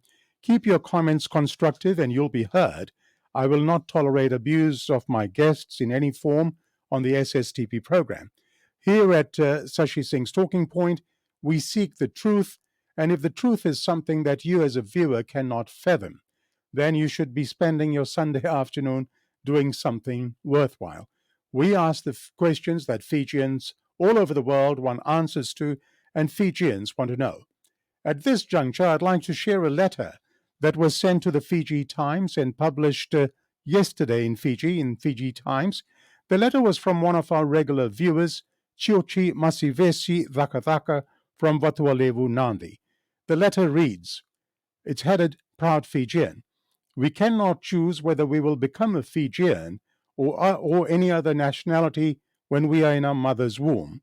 With the ongoing problem that we face in Fiji day in and day out by this government, sometimes I wish I was born as an American, Canadian, or Japanese. It breaks my heart to see the continuing suffering and bullying of all Fijians every day by this FFP-led government.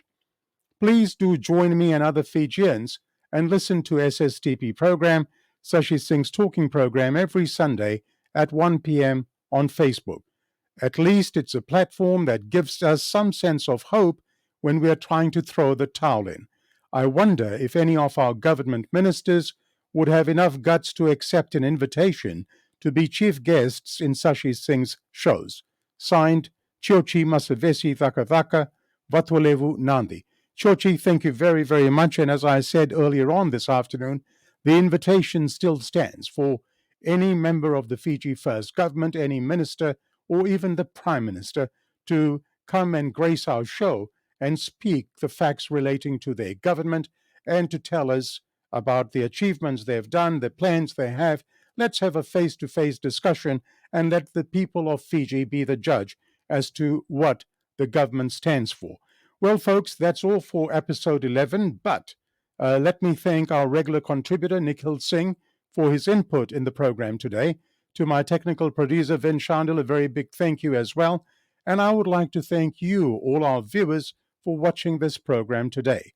Now, next week, our chief guest, wait for it, our chief guest next week on Sashi Singh's Talking Point will be Ms. Sashi Kiran, the founder and CEO for Foundation for Rural Integrated Enterprises and Development, FRIEND.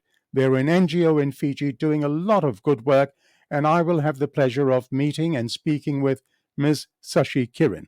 So if you have any questions for Ms. Sashi Kiran next week, you can privately message me on the SSTP page. Please follow and like the SSTP page so that you can get instant notifications of the posts and of the interviews. I wish you all a very safe and blessed week.